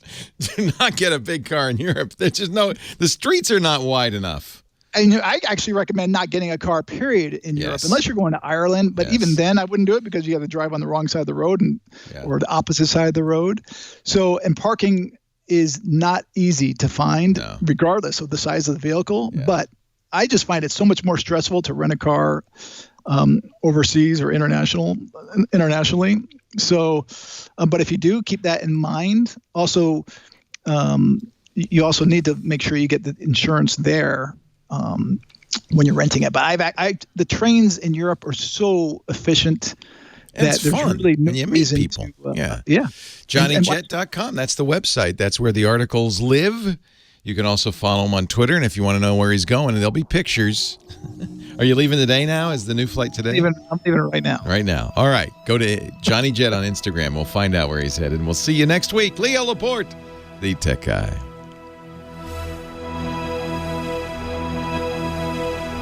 Nice. Go get on a plane, sir. You got the lie flat. That means you're going a long way. Well, what's the equipment you'll be flying on? A321T. Oh, nice. That's a nice plane. So have fun in Hawaii. Unfortunately, it's not Hawaii. Oh, man. I thought I had you. Yeah. But, this is actually my wife's real last trip before she's grounded. So I said, you can go anywhere you want to go. When's she due? Not till August, September. But they're going the doctor say, you better take it easy. Yeah, she had a rough pregnancy the first time. Right. And so they want to just make sure she's not traveling during her third trimester. Good. And we're not going to take any chances. So we were actually going to go to Europe this week and go sail on the Celebrity Edge from Southampton to Rome. And we were going to spend 2 weeks, go to 5 different countries. But the doctor put a kaput to that. That's a Leo and Lisa kind of a trip. And you know what? Actually, which I didn't realize, and we wouldn't be able to do it anyway, because they say you cannot cruise if you're 24 weeks pregnant or more, and she's going to be just about 24 weeks. Oh, wow! So that's another thing I should have mentioned on the air is that if anyone's thinking about doing these big trips, you won't find out until you get there. Yeah, then they'll look at your belly and go, "Hey, you're not going." Yeah. Yep. Will they give you your money back? No, because you were supposed to read the. Yeah. Well, if you have travel insurance, you should be able to get it back, but. Again, you got to read the fine print on that one. I don't know the answer. Wow. Well, have a safe trip. Enjoy your last family trip for a few months. Yes, several months, possibly a year. Oh! All right. Well, you're going to enjoy it. Take care. All right. See you, Johnny. Bye-bye. Take care. Yep, there's a new jet on the way. A new jet in town. Johnny Jet, he flies like an eagle. Leo Laporte, the tech guy. 8888 Ask Leo, the phone number. Great to have Big Pee Wee back, our musical director, spinning the discs for us today. David in Anaheim's next. Hey, David. Hello, how are you doing? I'm well. How are you? I'm good. I'm wondering if you can help me figure out a small problem I'm having with unwanted calls on my cell phone. Certainly. So, guess what? We all have unwanted calls on our cell phone. I was just looking at my phone, and I didn't notice this, but I got... on May 1st, 1, 2, 3, 4, 5, 6, 7, 8, more than 20 calls from the same robocall. They must have the number rotator must have gotten stuck. Each of them leaving 18-second messages of things I didn't want. So, welcome to the club. All right. Well, every couple of years I buy a car, and I do a lot of research, and I call a lot of dealerships to see if they have the car in inventory. I soon learn that you don't call the 800 number because they keep a log of your number. Right. My ultimate goal is to not let them have my phone number so they don't bother me. Right. So then I proceeded to start looking up their local number only and called them. And still, that keeps a record of my call. Right. So now I've been blocking them. I do *67, call the local number only, and a handful of them still are able to get my phone number, and they keep calling and texting. And I'm wondering why that is. Those blocks only work when you're calling residential numbers. Oh, no kidding. Yeah, this is the phone company doesn't want you to know this, but caller ID, businesses love caller ID, and it would be nice if call blocking worked for businesses, but in fact, it doesn't. And that's, I think, a revenue generator for the phone company. Well, that doesn't seem fair. That doesn't seem right. They say *67, it'll block it, huh? I think call blocking is kind of a failure because caller ID is such a useless technology, and we know that from all the robocalls we're getting from our neighbors. They're just it's the same phone number practically as mine. So, and unfortunately, my doctor and many medical people, for privacy reasons, block their phone numbers, so I can't ignore blocked call. You can't win. So my suggestion is to get a temporary number, a burner number that you use to call. You can get from Google Voice, you can get a free phone number that you only use for that year's car shopping experience, and then just get rid of it. And it won't cost you a penny. You'll have to make those phone calls through the Google Voice system, but you can do that on your computer or on your phone. And the number the dealer will get is that number that's a burner number, basically. Okay. There's apps you can run on your phone. That'll give you burner numbers as well. There's quite a few ways to do this. But Google Voice is free, so that seems like the easiest. Now, let me ask you: if I had my phone number listed as block or as like a block call, would they still be able to get my number? Yes. So the caller ID system blocking only works for residential users. Well, I'm talking about restricted. If I get my phone number so no one can see it. I don't think so. And I honestly think that's because they make money on it. Man. So I'm not sure, but it's my understanding that you can't hide your number for businesses. Okay. It may be that if you pay extra the phone company, it's one of those deals where you have to offer twice as much. Whatever they're paying, I will pay you double. Let's see if that works. That's surprising. Yeah, the phone companies are not known as good citizens, are they? Nah. No. Go down to the corner, pay phone. See, there was a good reason that we had pay phones. Go down to the corner, pay phone. And of course, ironically, the criminal element, and I include robocallers in that group, are completely capable of spoofing the number. That caller ID is completely useless, right? I can put a link up. There are a number of articles about burner number apps. There's quite a few of them that you can get on iOS as well as Android. Hushed Burner, Cover Me, Text Me Up. Guess what those are used for? I would suggest going with the free Google Voice route. The only disadvantage is you can't use your real phone for that. Well, you could actually, if you could get do they still make the Google Voice app? I know it's been kind of slated to go away. If it's still out, you could still use the Google Voice app. Make the call that way. It's just frustrating. What the upshot of all of this, and the phone companies really should take this seriously because it is going to eat into their revenues, is that people are no longer using their cell phone. They're not answering their phone anymore. The only people who answer their cell phone are people, and I feel sorry for you, who have to for business reasons. If you're a contractor, you can't ignore calls to your business line, your cell phone number. But me, I don't answer my cell phone. I never. Because 99% of the time, it's robocalls. It's BS. It's bogosity. But you can call me, 8888 Ask Leo. And I don't know. Kim, do you see everybody's phone number? I guess we could if we wanted to. You see their numbers? I was going to tell you, I pretty much can see everybody's phone number. There are a few people who get through with either private, unavailable, anonymous. I got a call at work the other day that was really kind of creepy, and that one came up private. So there is a way. There's got to be a way. You might have to pay a lot of money, but there is a way because I had a creepy person call, and their number was blocked. Nice. Yeah. Well, and another reason not to answer blocked calls. Well, I wish that I could do that, but since it's a restaurant, it's a business. You see the problem? Yep. That's because apparently the chat room's telling me it's not a system it's not the caller ID system that you're blocking. It's something called ANI. And that's a whole different system and is not normally unblockable. All right, well, the chat room knows all. And I'm sorry about that call. I won't call you again. I apologize. Kim. What?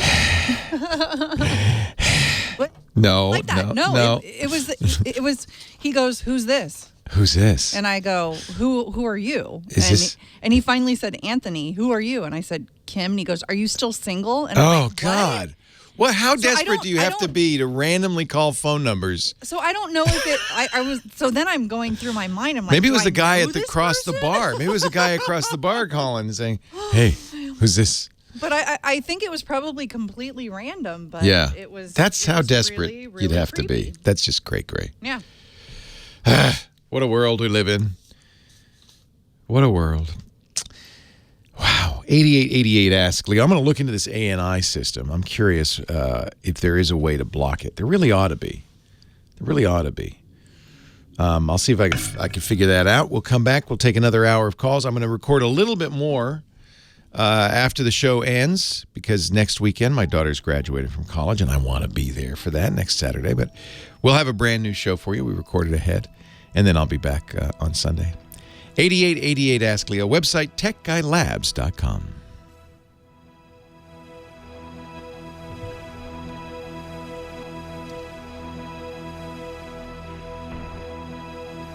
Automatic number identification.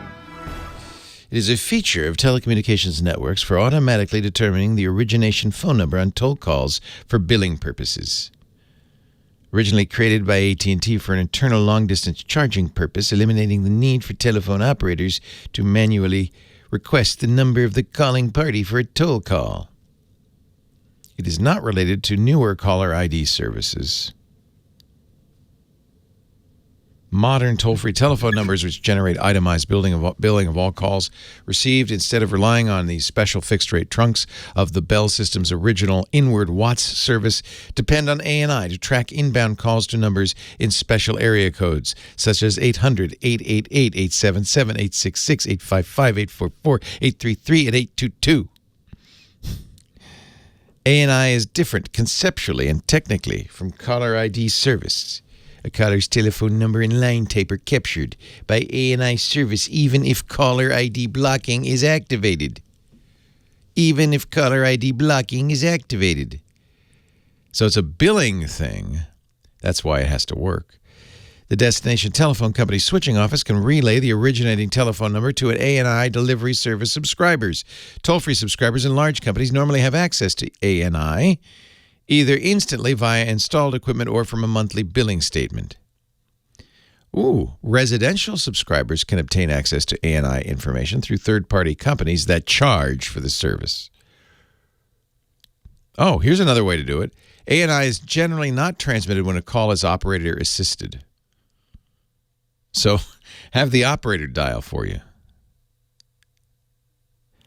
Placing a call through an outbound VoIP service or some calling cards will cause a non-working number to be sent to the ANI.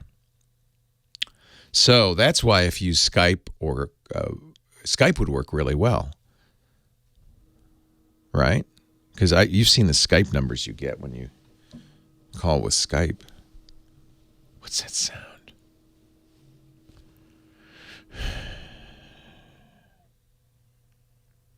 Never had a burn-in problem with my OLEDs. I have two of them, and I certainly would recommend it. I have an LG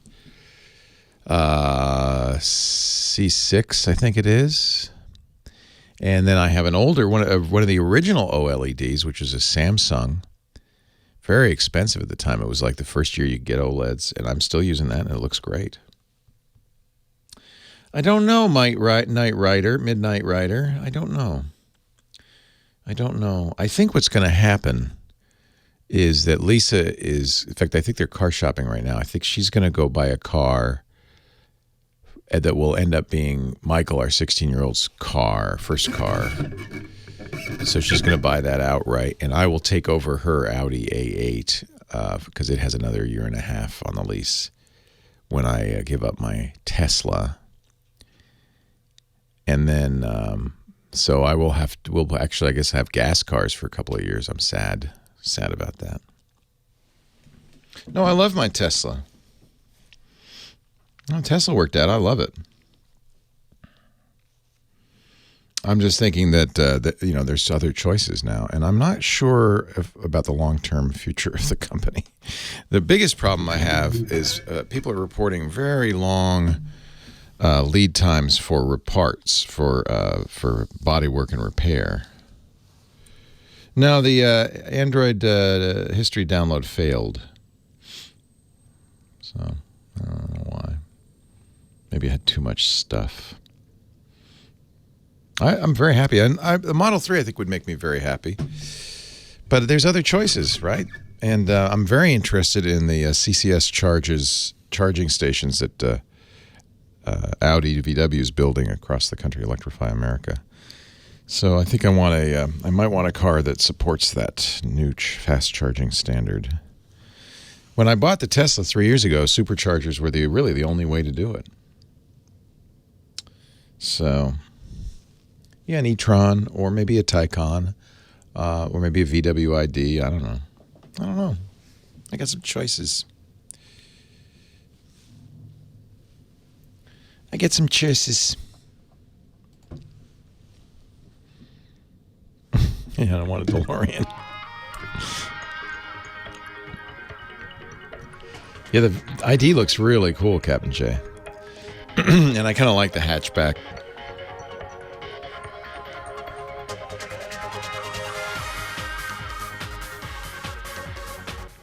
We have carbonite. Thank you. Thank you. Yes, sir.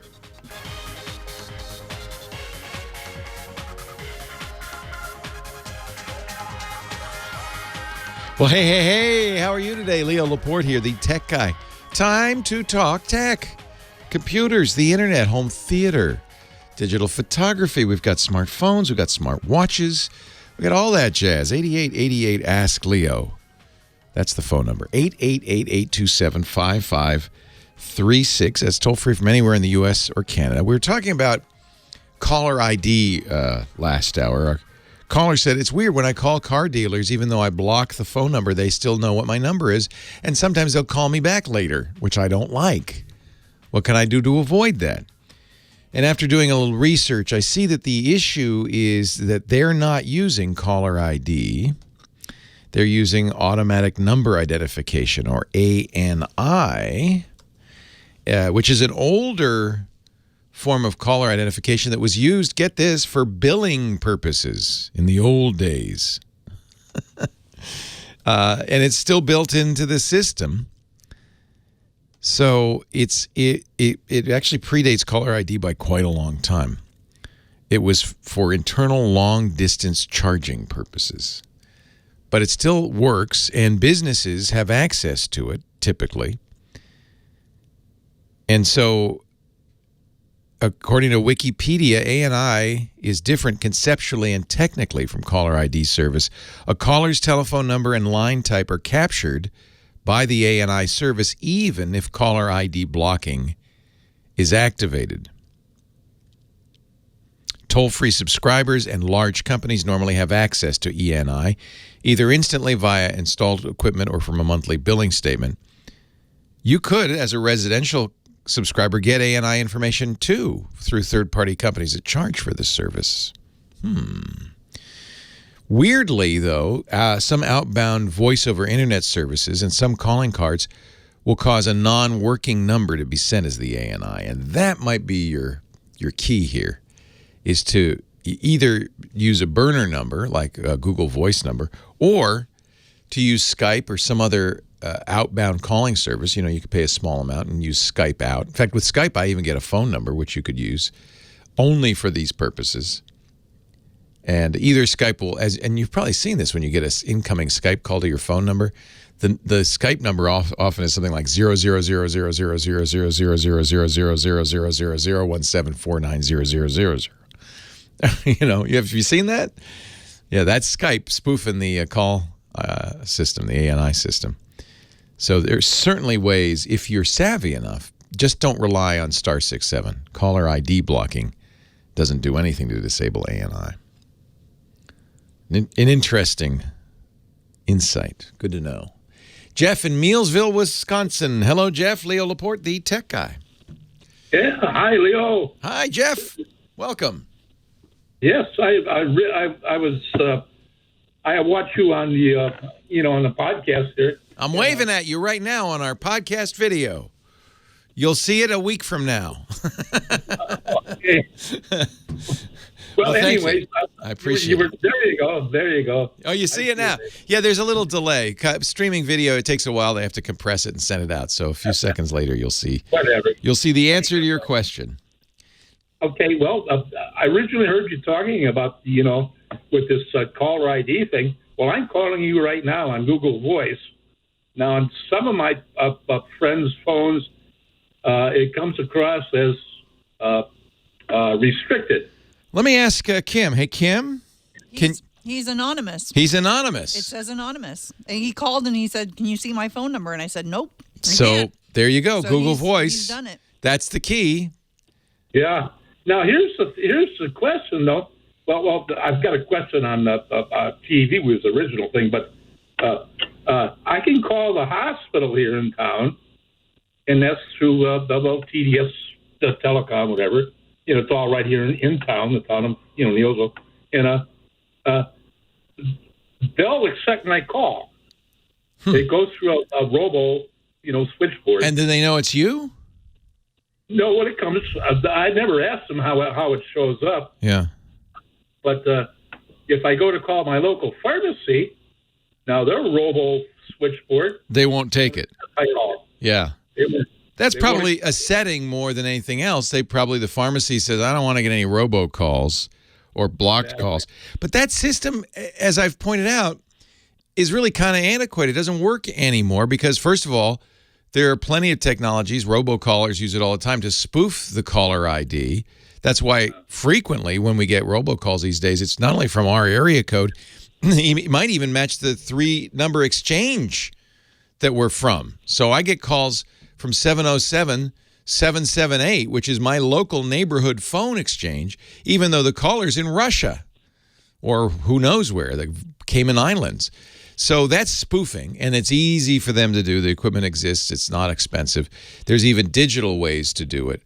So anybody that's blocking calls because the call is blocked is really living in, 2010 because times have changed.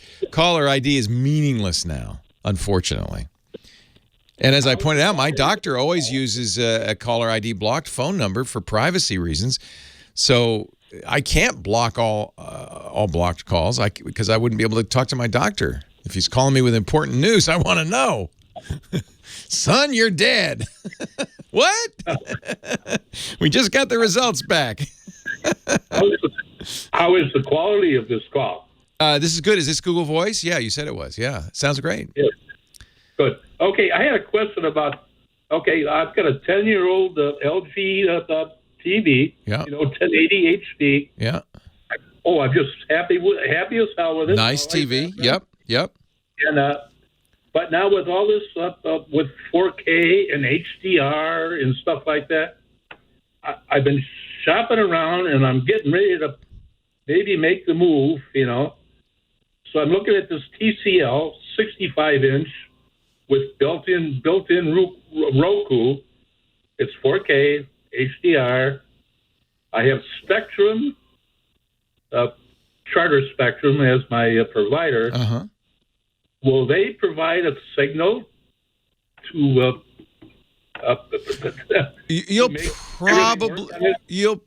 So of course their internet will work just fine, but if you want to watch the cable TV, you almost certainly need a decoder box to work with the TCL. It's rare that TVs now will work with the cable without any additional hardware. But the cable companies now scramble it for, because they don't want you to steal the service. So you almost always need a decoder box in between. Now, if you're asking me, will you get 4K? Almost certainly not. To my knowledge, no cable company is offering 4K over its standard broadcast channels. In some cases, you can watch, like we were able to watch the Summer Olympics a couple of years ago, streamed in 4K. And I have to tell you, the experience was terrible. That was through Comcast Xfinity. Because even though I have a lot of bandwidth at home, they apparently didn't have a lot of bandwidth at their end. It was stutter and pause, and it just wasn't a good experience. 4K HDR. There's only a few places you're going to really get good 4K HDR. The best is if you buy a new Blu-ray player, a UHD player. And they're not expensive. The prices have dropped quite a bit. I think you can easily get one under $100. And Samsung makes them, a variety of other companies. And then you'll have to buy the special 4K HDR discs, and you'll be surprised how few movies actually are available that way. The other way, the more common way to do it, isn't going to be quite as good, is over streaming services. Netflix offers some, not all, 4K HDR. Apple and Google and the other places where you can buy and rent TV shows often do. Vudu does as well. In fact, Vudu has a lot of 4K content. A nice thing Apple did, if you are buying TV shows or movies on Apple, if they have an HDR 4K version, they'll upgrade it. You know, I bought a lot of movies in the old days, and they're now all 4K, or not all, but many of them are 4K HDR. And if you have enough bandwidth from your Spectrum provider, you'll probably need at least 50 megabits consistently to get a good 4K signal. It looks great. I watched Stranger Things in 4K HDR on Netflix. It was spectacular. That'll look good. And by the way, that TCL TV, that's the one I got my mom. The prices are remarkable. They're very, very good. Scott Wilkinson, our home theater guru, says, you know, the screens they're using aren't color-wise exactly precise. You know, there are much more expensive, maybe somewhat more accurate screens. But I think bang for your buck, TCL is the clear leader right now, and I love it that they have Roku built in. So, yeah, you'll be able to use the TV with your internet from Spectrum, but if you want to watch your local channels, for instance, on the cable, you'll need that Spectrum box to hook up to your TCL TV. They're surprisingly good TVs. And I have to say, I really like 4K HDR. It's just that there isn't yet a ton of 4K HDR content. Nice to talk to you. I appreciate the call, Jeff. Even if you are anonymous, if that's your real name. Leo Laporte, the tech guy, 8888 Ask Leo. Little tiny timeout, then on with the show. Stay right here. Call my name, baby. 1:22 in the afternoon on the Quiet Storm. Wow, that's good. I have not. This is a new to me Prince song called "Call My Name" in honor of Caller ID Day today on the Tech Guy Show. 8888 Ask Leo. That's my number. Taylor in Cincinnati. Oh, hi. Oh, hey, Taylor. Hey, Leo. Got a couple of questions for you in regards to the TuneIn radio app. So I know your podcast network streams live on it. Yep. And I have a low-power FM station that I own and manage here in Cincinnati. Nice. That's and so we stream cool. live on it. That's so cool. So before you go on with your question, just so people know, what's a low-power FM station? So a low-power FM station typically doesn't cover the range or the distance of a regular station. Normally it's about a third of it or less. But and you don't need an FCC license, right? You do. Oh, you do? You do. Yeah, I had to go through 6 months of paperwork process. What? FCC license. Oh, okay. I thought they were kind of free. Oh, well, there is a range. I mean, there is an output wattage that you can do if you're under a certain amount. It is free, but you're talking less than a football field. Oh, okay. You got a 100-watt station or something like that. Correct. Yeah. Correct. Got it. Okay. So you do have to be licensed for that, but it's not as onerous as it is for a big broadcast station, I would imagine. Correct. It's good for nonprofits and government, stuff like that. Educational. And that's what we are. Yeah. We're a nonprofit educational station. Yeah, perfect. Yeah. So I've been getting a lot of phone calls lately because TuneIn, I don't know if people have complained to you about this, but TuneIn has this enormous ad when you launch the app of wanting you to subscribe to their premium service. Yeah. So people, including my sister, inadvertently tap on that free trial. No. And then, 30 days later or 10 days later, however long the trial is, they get charged $100. Oh, what? My listeners are calling me going, no. Do I really have to pay $100 a year to listen? No. Oh, no. So I was wondering if, and I also have a part two to this, but I was wondering if anybody has mentioned that to you, since I know you have a podcast network that streams on there. Yeah. No, no one has. But so TuneIn has both a free and a paid version. It's the number one, non-affiliated radio app on your smartphone. And actually, I have it on my Tesla. I mean, it's in a lot of places. It's internet radio. And I say number one, unaffiliated, because, of course, our company, Clear Channel, has iHeartRadio. That's probably the biggest. CBS Radio has its own app. And so there are a few of these. But TuneIn is very popular. And it's really great for podcasts, our podcast network. This show's on TuneIn, but so is our I think this show's on TuneIn, but our podcasts are. And they don't charge us for that. They make money, though, by putting ads in it, as you probably noticed, unless you're a TuneIn Premium subscriber. And if you're a TuneIn Premium subscriber, which is $100 a year, I guess, $99, you also get some stations that you can't get otherwise. I think MSNBC, for instance, is one. Yeah, I don't know. That's too bad that people are seeing that when you're using an app, sometimes the ads have pop-ups that go along with it that you can tap to click. It should not be that easy. It shouldn't be, oh, I accidentally tapped this and now I'm getting a bill for $100. That is a problem, and TuneIn needs to fix that. It needs to be a much more clear opt-in. In other words, you tap it, and then it shows you and says, look, this is what you're going to get. This is what it costs. This is free. It's free for 30 days. And then there should be a second button that says, buy me, or, And unfortunately, you see this a lot on the internet. A lot of companies kind of want to downplay the money part. Free trial. They don't want to mention that, this is going to convert in a week or a month to a paid subscription automatically. They're hoping you'll forget that you're on a free trial. Yeah, and it's problematic because on the phone, in many cases, whether it's Android or iOS, people have a credit card on record. So TuneIn is using Apple Pay or Android Pay, so there's no addition. You don't have to enter a credit card number or anything. It just billed automatically. As soon as they see that bill, they should complain to Android Pay or Apple Pay and ask for a refund. My sister got her money back. It went through Apple Pay, and Apple refunded it. They will refund it. Yep.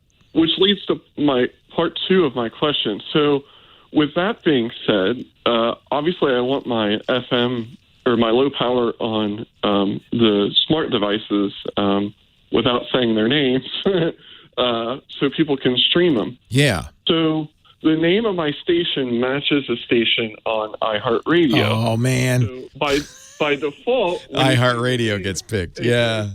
So what your listeners can do, and we say this a lot in the podcast, if you want to listen, you want to say it fully qualified, which would be, what's the name of your station? Z98. So yeah, that's another thing. It's kind of generic. So there's probably 100 Z98s in the country, but you could try this. Echo, play Z98 on TuneIn.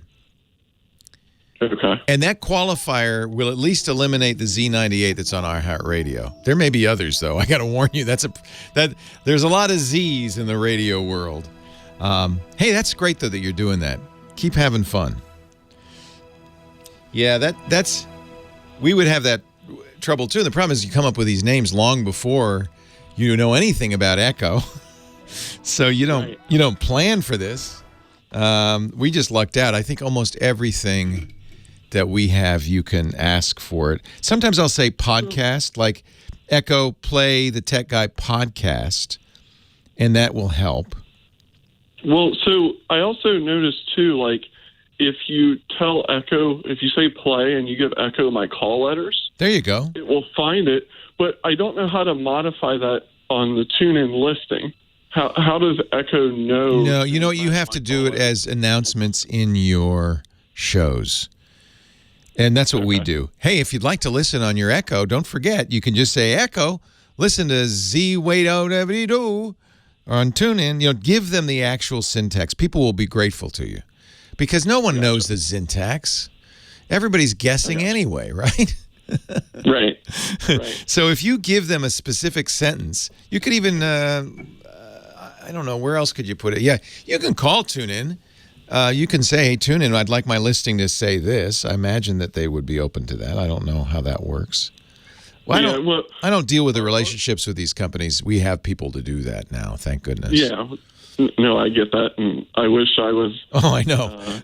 Believe me. You do that myself, but there are pros and cons to having a company, but the best part about having a business is I don't have to do the stuff I don't like. I hired people to do that stuff. Thank goodness. So yeah, Jerry and Anthony and others will handle that. They'll do the interface. Jerry particularly does the interface. So we're a 32-watt station covering a small township on the What kind of stuff do you play? What do you play? We play a mixture of the 60s to the early 90s. Oh, that's my kind of music.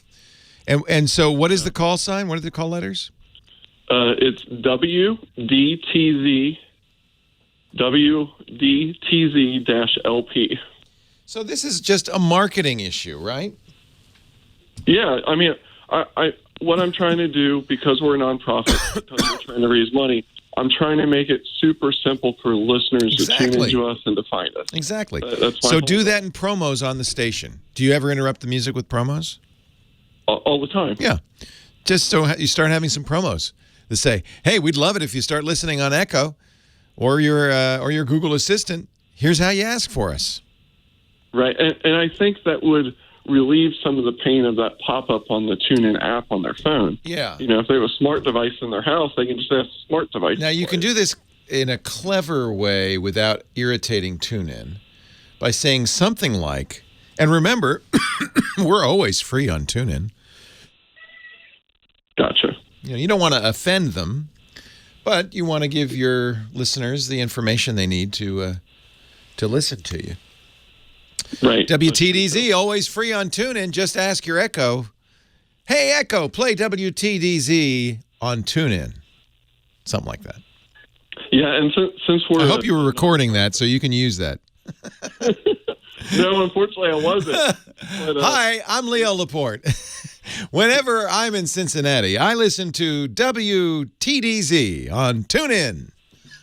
Well, I will contact your office if you're willing to do that. I'd be happy to send you a donation paper. Oh, no, don't pay. No donations. I'm glad to help you out. That's really exciting that you're... I think Low Power FM is great. And are you doing this for a school or...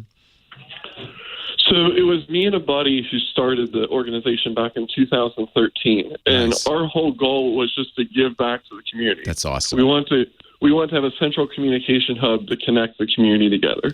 It's my fantasy of retiring to Hawaii and creating a low power Hawaiian only FM. That's just Hawaiian heritage music, talk in Hawaiian and stuff like that. I just think it'd be so cool to do that. You know, drag all my equipment out there. It is neat. You know, there's a whole bunch of different things, issues going on Facebook and social media, and this was my alternative to my community. You're giving back. That's beautiful. Hey, great to talk to you. Thanks, Taylor. Thanks, Leo. See ya. Bye. The sun will shine. Leo Laporte, the tech guy, shining on you. Thanks for being here. We appreciate it. You're shining back on me. And thanks to Big Pee-wee, his big shining smile. I tell you what, we missed you last week. Michael's great, but it's nice to have Big Pee-wee back, our musical director, playing the tunes. Line 3, Seal in Charleston, South Carolina. Hey, Seal. Hey, Leo. How are you doing? I'm great. How are you? I'm well. Thank you very much. I just wanted, this is old news now because I called a while back when you were talking about those robocalls. No, it's not. Robocalls are never old news. Man, what a problem, huh? Yeah. You can't stop them calling. But, you know, I just have if it's a cell phone, I have my cell phone on Do Not Disturb except for my contacts. Yep. So the only time my phone rings is when it's somebody I already know. That's what I do too. It goes to voicemail. Yep. And then if anybody calls that I want to speak to, if they've left a voicemail, then I can call them back. Robocalls don't do that. That's what I figure. If you need me and I don't pick up, you'll leave a voicemail and I will call you back. Exactly. I think that's the only thing we can do. The problem is, and I talk to people all the time, if you're a contractor, if you've got a business, if you're a doctor, there's so many people who have to answer the phone.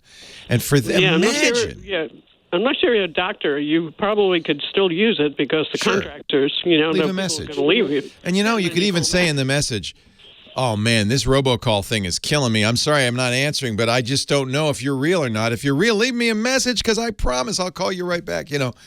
Be honest. The robocalls, they don't leave messages. No, and they keep calling though. This one is driving me nuts because here's the problem. It's illegal anyway. What we call neighbor spoofing, where they look like they're coming from next door, that's illegal. And I did answer that for a couple of times, and I said, forget this. Fool me once, shame on me. Fool me twice. Well, I got this great system.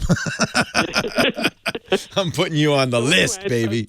I thought that might be something Great somebody might try if they have a cell phone. I don't know if can't figure out how it could work on a regular phone, but no, yeah, but it is a and there are services like No More Robo a lot of people use. The problem is these guys are changing the phone almost every call. The phone number is not real; it's made up. So it's no more useful to block that phone number than it would be to block a spam address. It's not an address. It's not their phone number. So I think your solution is very good. Not every phone will do this. Android phones will do this, which is put it in Do Not Disturb mode, and then in the settings for Do Not Disturb, you could say, "But let my favorites get through," or even let all my contacts get through. And that that's way, what I do. Yeah. I let all my contacts, and that's the only time the phone even rings. Yeah. And just say, hey, I apologize, you're not on my contact list, so I don't pick up, but please leave me a message and I'll call you back. Yeah. And if it's somebody you want to hear from, then you can call them back. That's right. That's exactly how I do it. Now, the funny thing is, I don't answer the phone ever anymore because the only person who ever calls me is my wife. Almost nobody else I know uses the phone anymore. Anybody under 40 texts. It's gotten to the point now where texting is replacing phone calls. 40, I know, neither am I. No, I know. But the young people they don't make phone calls anymore. Oh, those young people. Those kids today, I tell you. Those kids. Hey, it's great. Get off my lawn. Great. Get off my lawn, says Seal. It's great to talk to you. Thanks so much for calling. Nice You live in a beautiful town. I love Charleston. I'm envious. Yeah, it is. Yeah. It is gorgeous here. Yeah. And is the weather beautiful? And you're not going to get a tornado, are you? Kind of. Please don't even jinx. I know all those magnolias and oh. It's a beautiful day today. It's a little sticky. Do you live in the historic? Does not bode well for summer. Yeah. Do you live in the historic area or near it? No. I live in the outlying areas, and but. Boy, historic Charleston is a recognizable name. Yeah. The Garden of the Good and Evil. Yeah, I remember that. I never did read the book. But you should. It's about your town. Hey, great to talk to you, Seal. Good, nice talking to you too, Leo. Thanks for the excellent tip. That really is that's very good advice, and that's exactly what I do. And I should probably have mentioned that because it is a good technique. Just do not disturb is your friend. Sorry, we have to do that. And where is the FCC in all this? They say, well, we discourage these robocalls. We've discouraged it. I think if people stop answering the phone, telemarketers will find a new way to get to you, I guess. The real dirty secret of this is really the same reason we get so much spam email. It costs next to nothing. That's why they use robos instead of humans, right? Humans cost money, but a robocall, they can call millions of calls a day for nothing, fractions of a cent per call. And so, that's what the digital world, unfortunately, has brought to us. The local long-distance calls are almost free now, right? It used to be, it was very expensive. Then you didn't have to worry about robocalls. Now you do. We're going to keep taking calls for a few minutes after the show. So if you're on the line, keep on the line. Dick DeBartolo, the GizWiz, is coming up in just a bit. But let's say hi to our next caller. That's Eddie Lee in Finger Lakes, the beautiful Finger Lakes. Hi, Eddie Lee. Good afternoon, Leo. Good afternoon. Now, I want to turn my phone off and listen to the internet, and I don't want to be disturbed. I went to Verizon, and they said it can't be done. So you want to listen to streaming music on your phone? Well, anything, talk, you name it. So it's streaming, though. It's not. It's not music that's. So if the music lived on your phone, you could do this because you would just put your phone in airplane mode. Nothing would disturb you. And, no, it's on the internet. But the problem is this music is streaming, and this talk is streaming in. Yes, you could do it. Of course, you can do it. I think this is easy.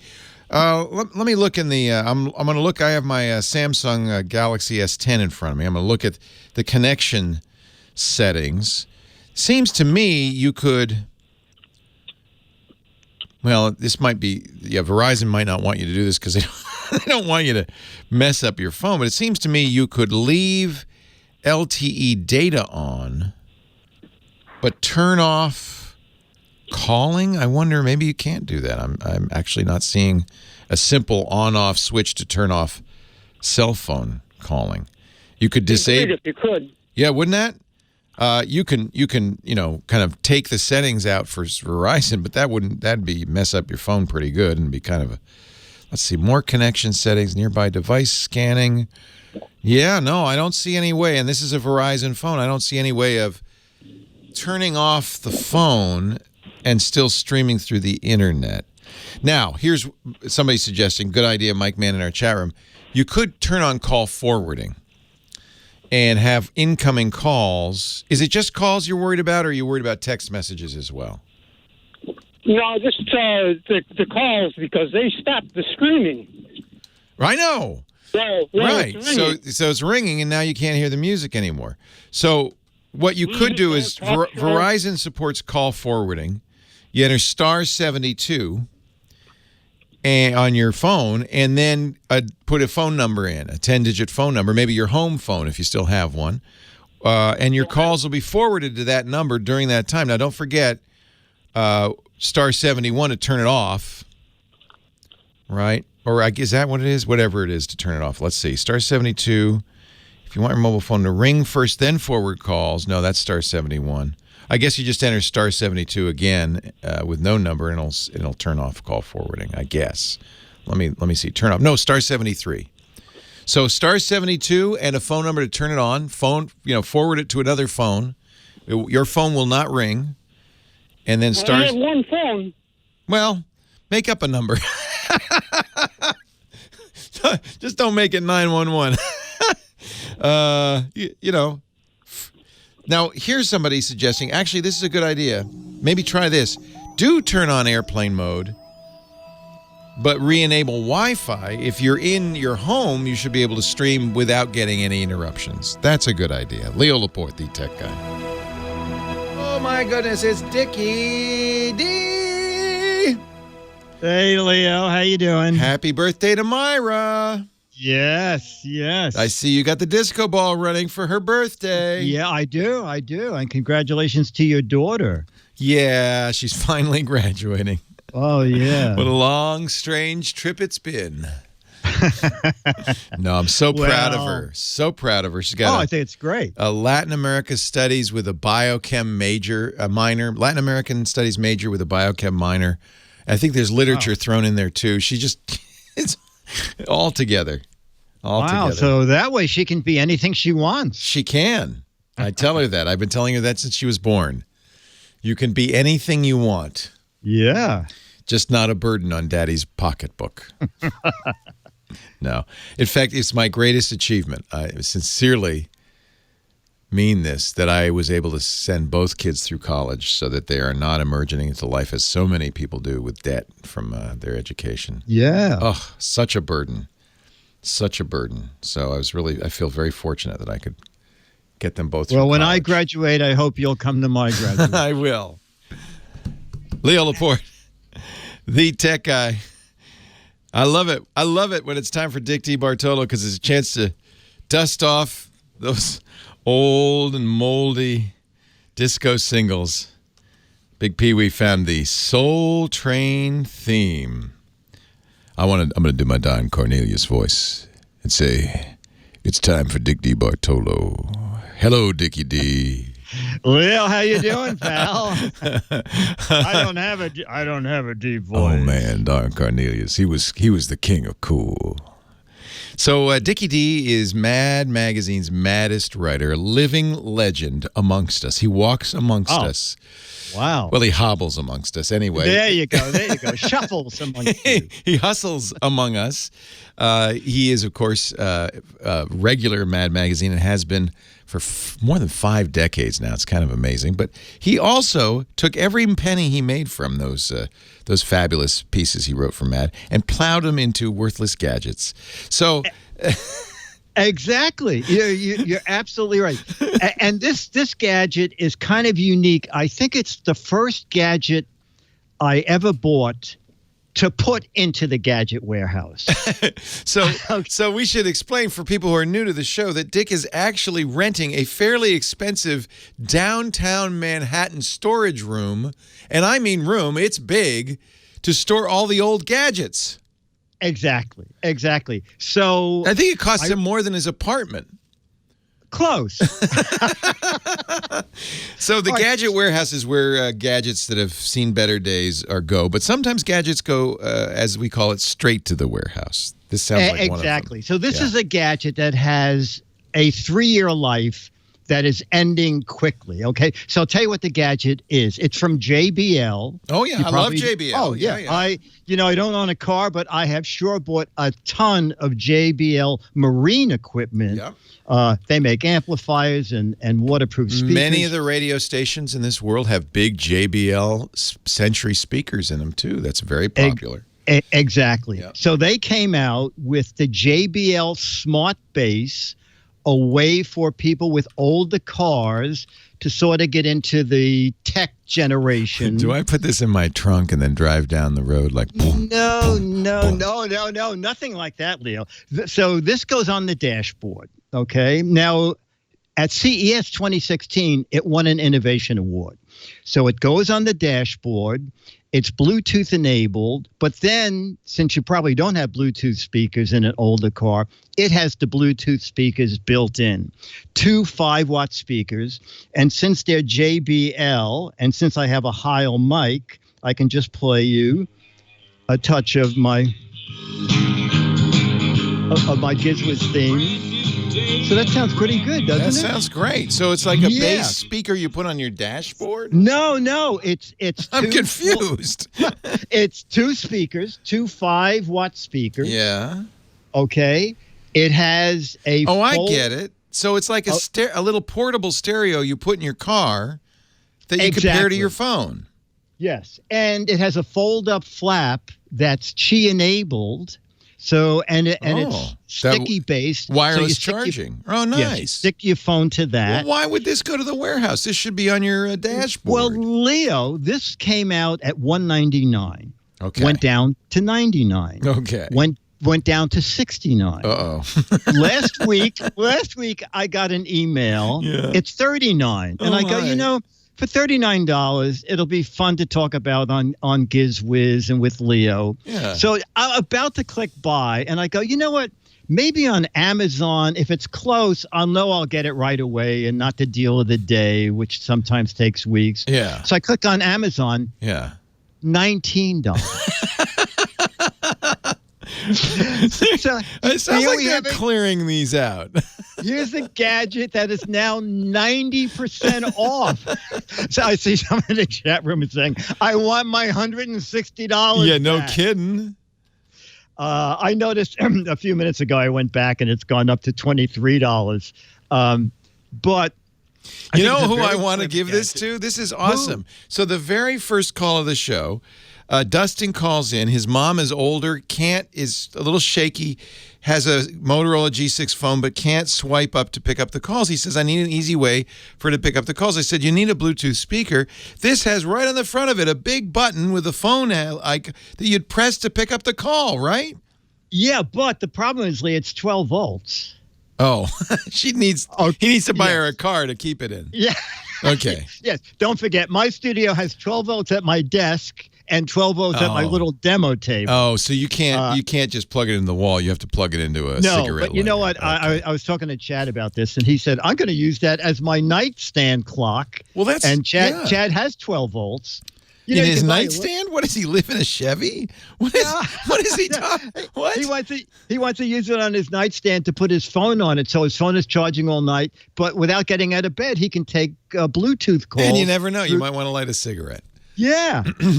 No, actually, you can buy inverters. You can buy inverters. It'll take your power out of your wall and turn it into 12 volts. So exactly, yeah. and they're like 20, probably the price of this thing. It probably costs more. Yeah, they're very inexpensive, and I'm actually going to put it on the boat because there's a big suction cup on the bottom, and it comes with a hex wrench, so that you can really drive that.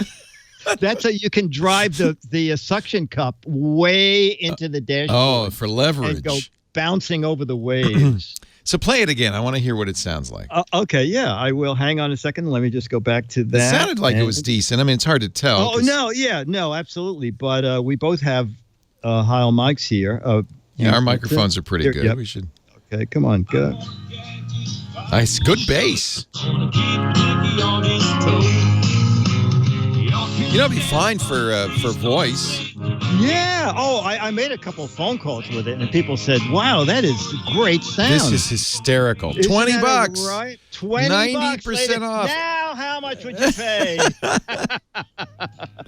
Wow, Yeah. that's hysterical. It's the JBL Smart Base wireless audio system adapter, ADAS navigation, built-in Bluetooth connection with Google Assistant, Siri, Qi charger for Android iPhone. Yeah. Anything you have on your phone, you'll get it through this guy. Nice. That is pretty cool. I'm That's cool. just going to buy one because why not? Oh, yeah, absolutely. Yeah. I was bought another one, and I'm thinking, wait a minute. They're cheap, but why am I buying them to give away? Are they less? But you should get one. You should get one. I wonder if Alibaba has them for even less. Amazing. Oh, yeah, someone's saying, I'm holding out for $9.99. $9.99. Now how much would you pay? Yes, exactly. If you like this kind of silliness, go to gizwiz.biz. That's Stick's website, gizwiz.biz.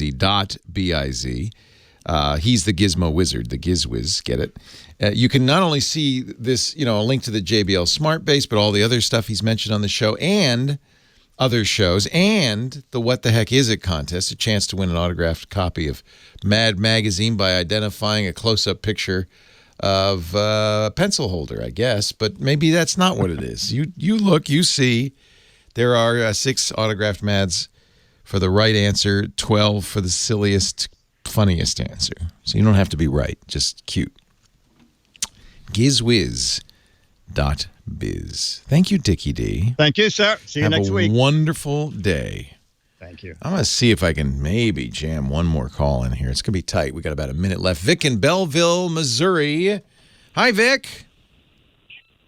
Hello, Leo. Long time, first time. Thank you for calling. Saw you back first with back with you and Kate in the basement. Oh, my. 1998. Long time ago.